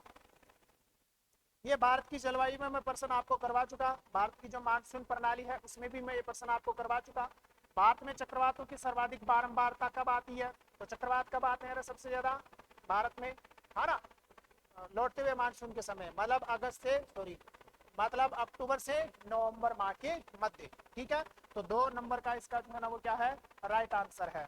अगला क्या कह रहा है? वर्ष 2000, ये वाले प्रश्न भी मैं करवा चुका। वर्ष 2023-24 में चावल के प्रमुख उत्पादक राज्य कौन से हैं? ये प्रश्न मैं अपनी पीछे वाली क्लासों में करवा चुका। इसका सॉल्यूशन जो है ना, भारत की जो प्रमुख फसलें हैं उनके प्रमुख उत्पादक जो राज्य हैं, अवरोही क्रम में जो है ना 3-3, 4-4 राज्य जो है ना वो आपको बता चुका। तो वहीं से ये प्रश्न आया है। तो इसका सही आंसर दो भाई। देखें तो इसका सही आंसर कौन सा है? ध्यान रखना, तेलंगाना, उत्तर प्रदेश और आपका पश्चिमी बंगाल। पहला ही विकल्प इसका जो है ना वो क्या है? सही आंसर है। फिर कौन सा है? प्रश्न पढ़ो। देखें प्रश्न क्या कह रहा है। भारत में ट्रेड कनेक्ट प्लेटफॉर्म के संदर्भ में कौन सा कथन जो है ना वो सही नहीं है? यहां से देख लो, ट्रेड कनेक्ट ई प्लेटफॉर्म, यह निर्यातकों को नए बाजारों से जोड़ने में मदद करेगा। सही है। यह भारतीय निर्यातकों के लिए विश्व बाजार में अवसरों की पहचान करेगा। सही है। इस मंच की स्थापना से विश्व बाजार में भारत का हिस्सा बढ़ेगा। बिल्कुल सही है। इसका मतलब लास्ट वाला गलत हो गया। ऑनलाइन वीडियो कॉन्फ्रेंस के माध्यम से यह हमारे आयातकों को त्वरित सूचना प्रदान करेगा ना, ये गलत हो गया इसका। ठीक है, अगला प्रश्न क्या कह रहा है ना। ये प्रश्न भी मैं भारत के अफवाह तंत्र के संदर्भ में जो है ना वो आपको करवा चुका, है ना। भारतीय अफवाह तंत्र में प्रायद्वीपीय अफवाह तंत्र की विशेषताएं बता चुका। प्रायद्वीपीय नदियों के बारे में निम्नलिखित में से कौन सा कथन सही नहीं है? प्रायद्वीपीय नदियों के अफवाह बेसिन तुलनात्मक रूप से आकार में छोटे हैं। बिल्कुल, है ना। पश्चिमी घाट प्रायद्वीपीय भारत का प्रमुख जल विभाजक है। बिल्कुल सही बात। नर्मदा और ताप्ती नदियां अरब सागर में ज्वार नदमुख बनाती हैं। बिल्कुल सही है ना। ये सही है, ये सही है, ये सही है। कौन सा गलत हो गया? कावेरी नदी बंगाल की खाड़ी में ज्वार नदमुख बनाती है ना, डेल्टे का निर्माण करती है। तो यही आपका जो है ना वो क्या है? राइट आंसर है। ठीक है, अगला प्रश्न, है ना। अगर किसी ने मैपिंग अच्छे से की है तो वो इसका सही आंसर दे देगा। झीलों का वह कौन सा समूह है जो जून से सितंबर के दौरान 500 से 600 मिलीमीटर के मध्य वर्षा प्राप्त करेगा? तो ये प्रश्न तो ऑप्शन के अनुसार भी हो सकता है। देखो कैसे होगा। पहला है अजमेर, पाली, राजसमंद। कौन आ गया? चूरू नहीं होगा। उदयपुर, राजसमंद, जयपुर, अलवर, ये हो सकता है। अजमेर, उदयपुर, जयपुर, बूंदी नहीं होगा। उदयपुर, जयपुर, बूंदी नहीं होगा। कौन सा आंसर आएगा? 2 नंबर का जो है ना इसका राइट आंसर आएगा। ठीक है, ध्यान रखिएगा। अगला प्रश्न क्या कह रहा है? भारत में वेलांचली, ये तो बड़ा ही शानदार प्रश्न है। भारत में वेलांचली अनुपवनों के संबंध में कौन सा कथन जो है ना वो सही नहीं है ना। ये वन मीठे व खारे पानी दोनों में पनप सकते हैं, ये राइट आंसर है। ये वन पश्चिमी घाट में पाए जाते हैं, बिल्कुल राइट आंसर है। ये वन जो है ना गंगा ब्रह्मपुत्र नदियों के डेल्टा में सुंदरवन के नाम से जाने जाते हैं, ये गलत है, ये गलत है। पर्सन विकल्प ऐसे बनता, सुंदरवन का जो डेल्टा है ना, सॉरी, गंगा ब्रह्मपुत्र का जो डेल्टा है ना उसको क्या बोलते हैं, सुंदरवन बोलते हैं, ध्यान रखना। गंगा ब्रह्मपुत्र नदियों के डेल्टा में सुंदरवन के नाम से ना, गंगा ब्रह्मपुत्र का डेल्टा जो है ना वो सुंदरवन के नाम से जाना जाता है, यही इसका सही आंसर है, ध्यान रखना। ये तो सही है नीचे वाला। इसकी प्रमुख प्रजातियां सुंदरी और सोनेरेटिया और कौन सा है, बुर्गुएरा है, तो ये तो सही है, आपका 3 नंबर का विकल्प बन गया है। ठीक है, फिर अगला प्रश्न क्या कह रहा है, एक तरफ कोयला क्षेत्र है, एक तरफ राज्य है ना, रानीगंज बांकुरा पश्चिमी बंगाल में, राय, जरिया बोकोरा सॉरी बाकोरा सॉरी जरिया बोकारो झारखंड में, सिंगरौली सोहागपुर मध्य प्रदेश में, सही है। तालचर कौन आया है, ध्यान रखना है ना, कौन आ गया, तालचर, यहां से देखो कौन आया, तालचर, तालचर है ये। तालचर और संबलपुर ये आंध्र में नहीं है भैया, ये कहाँ है, आंध्र में नहीं है, ये ओडिशा में है, तो यही आपका राइट आंसर है। ठीक है, ध्यान रखिएगा। अगला प्रश्न क्या कह रहा है ना, एक तरफ आपके क्या है, दर्रे हैं और एक तरफ आपका पर्वत श्रेणी है, तो देखो जोजिला दर्रा कौन सी मालिका है भैया, वृद्धि मालिका है, तो एक में दो, एक में दो। बनिहाल दर्रा पीर पंजाल श्रेणी का है, एक और एक। फोटूला दर्रा जास्कर श्रेणी का है, 4, ये वाला आ गया। और खरदुंगला जो है ना वो लद्दाख श्रेणी का है, मतलब ये कौन सा वाला विकल्प आया, ये वाला विकल्प आ गया, 3 नंबर विकल्प इज राइट आंसर। ठीक है, ध्यान रखिएगा। इसी के साथ जो है ना अपना ये टेस्ट सॉल्यूशन जो है वो क्या है, कंप्लीट है। आपको ये टेस्ट सॉल्यूशन कैसा लगा कमेंट्स करके जरूर बताइएगा, और अगर चैनल पर नए हो तो चैनल को सब्सक्राइब जरूर कीजिएगा, कंटेंट अच्छा लगे तो उसको लाइक जरूर कीजिएगा। सारी की सारी पीडीएफ जो है ना आपको टेलीग्राम चैनल पर मिल जाएगी, टेलीग्राम चैनल का लिंक जो है ना वो आपको चैनल के डिस्क्रिप्शन बॉक्स में मिल जाएगा। बहुत बहुत धन्यवाद आप सभी का।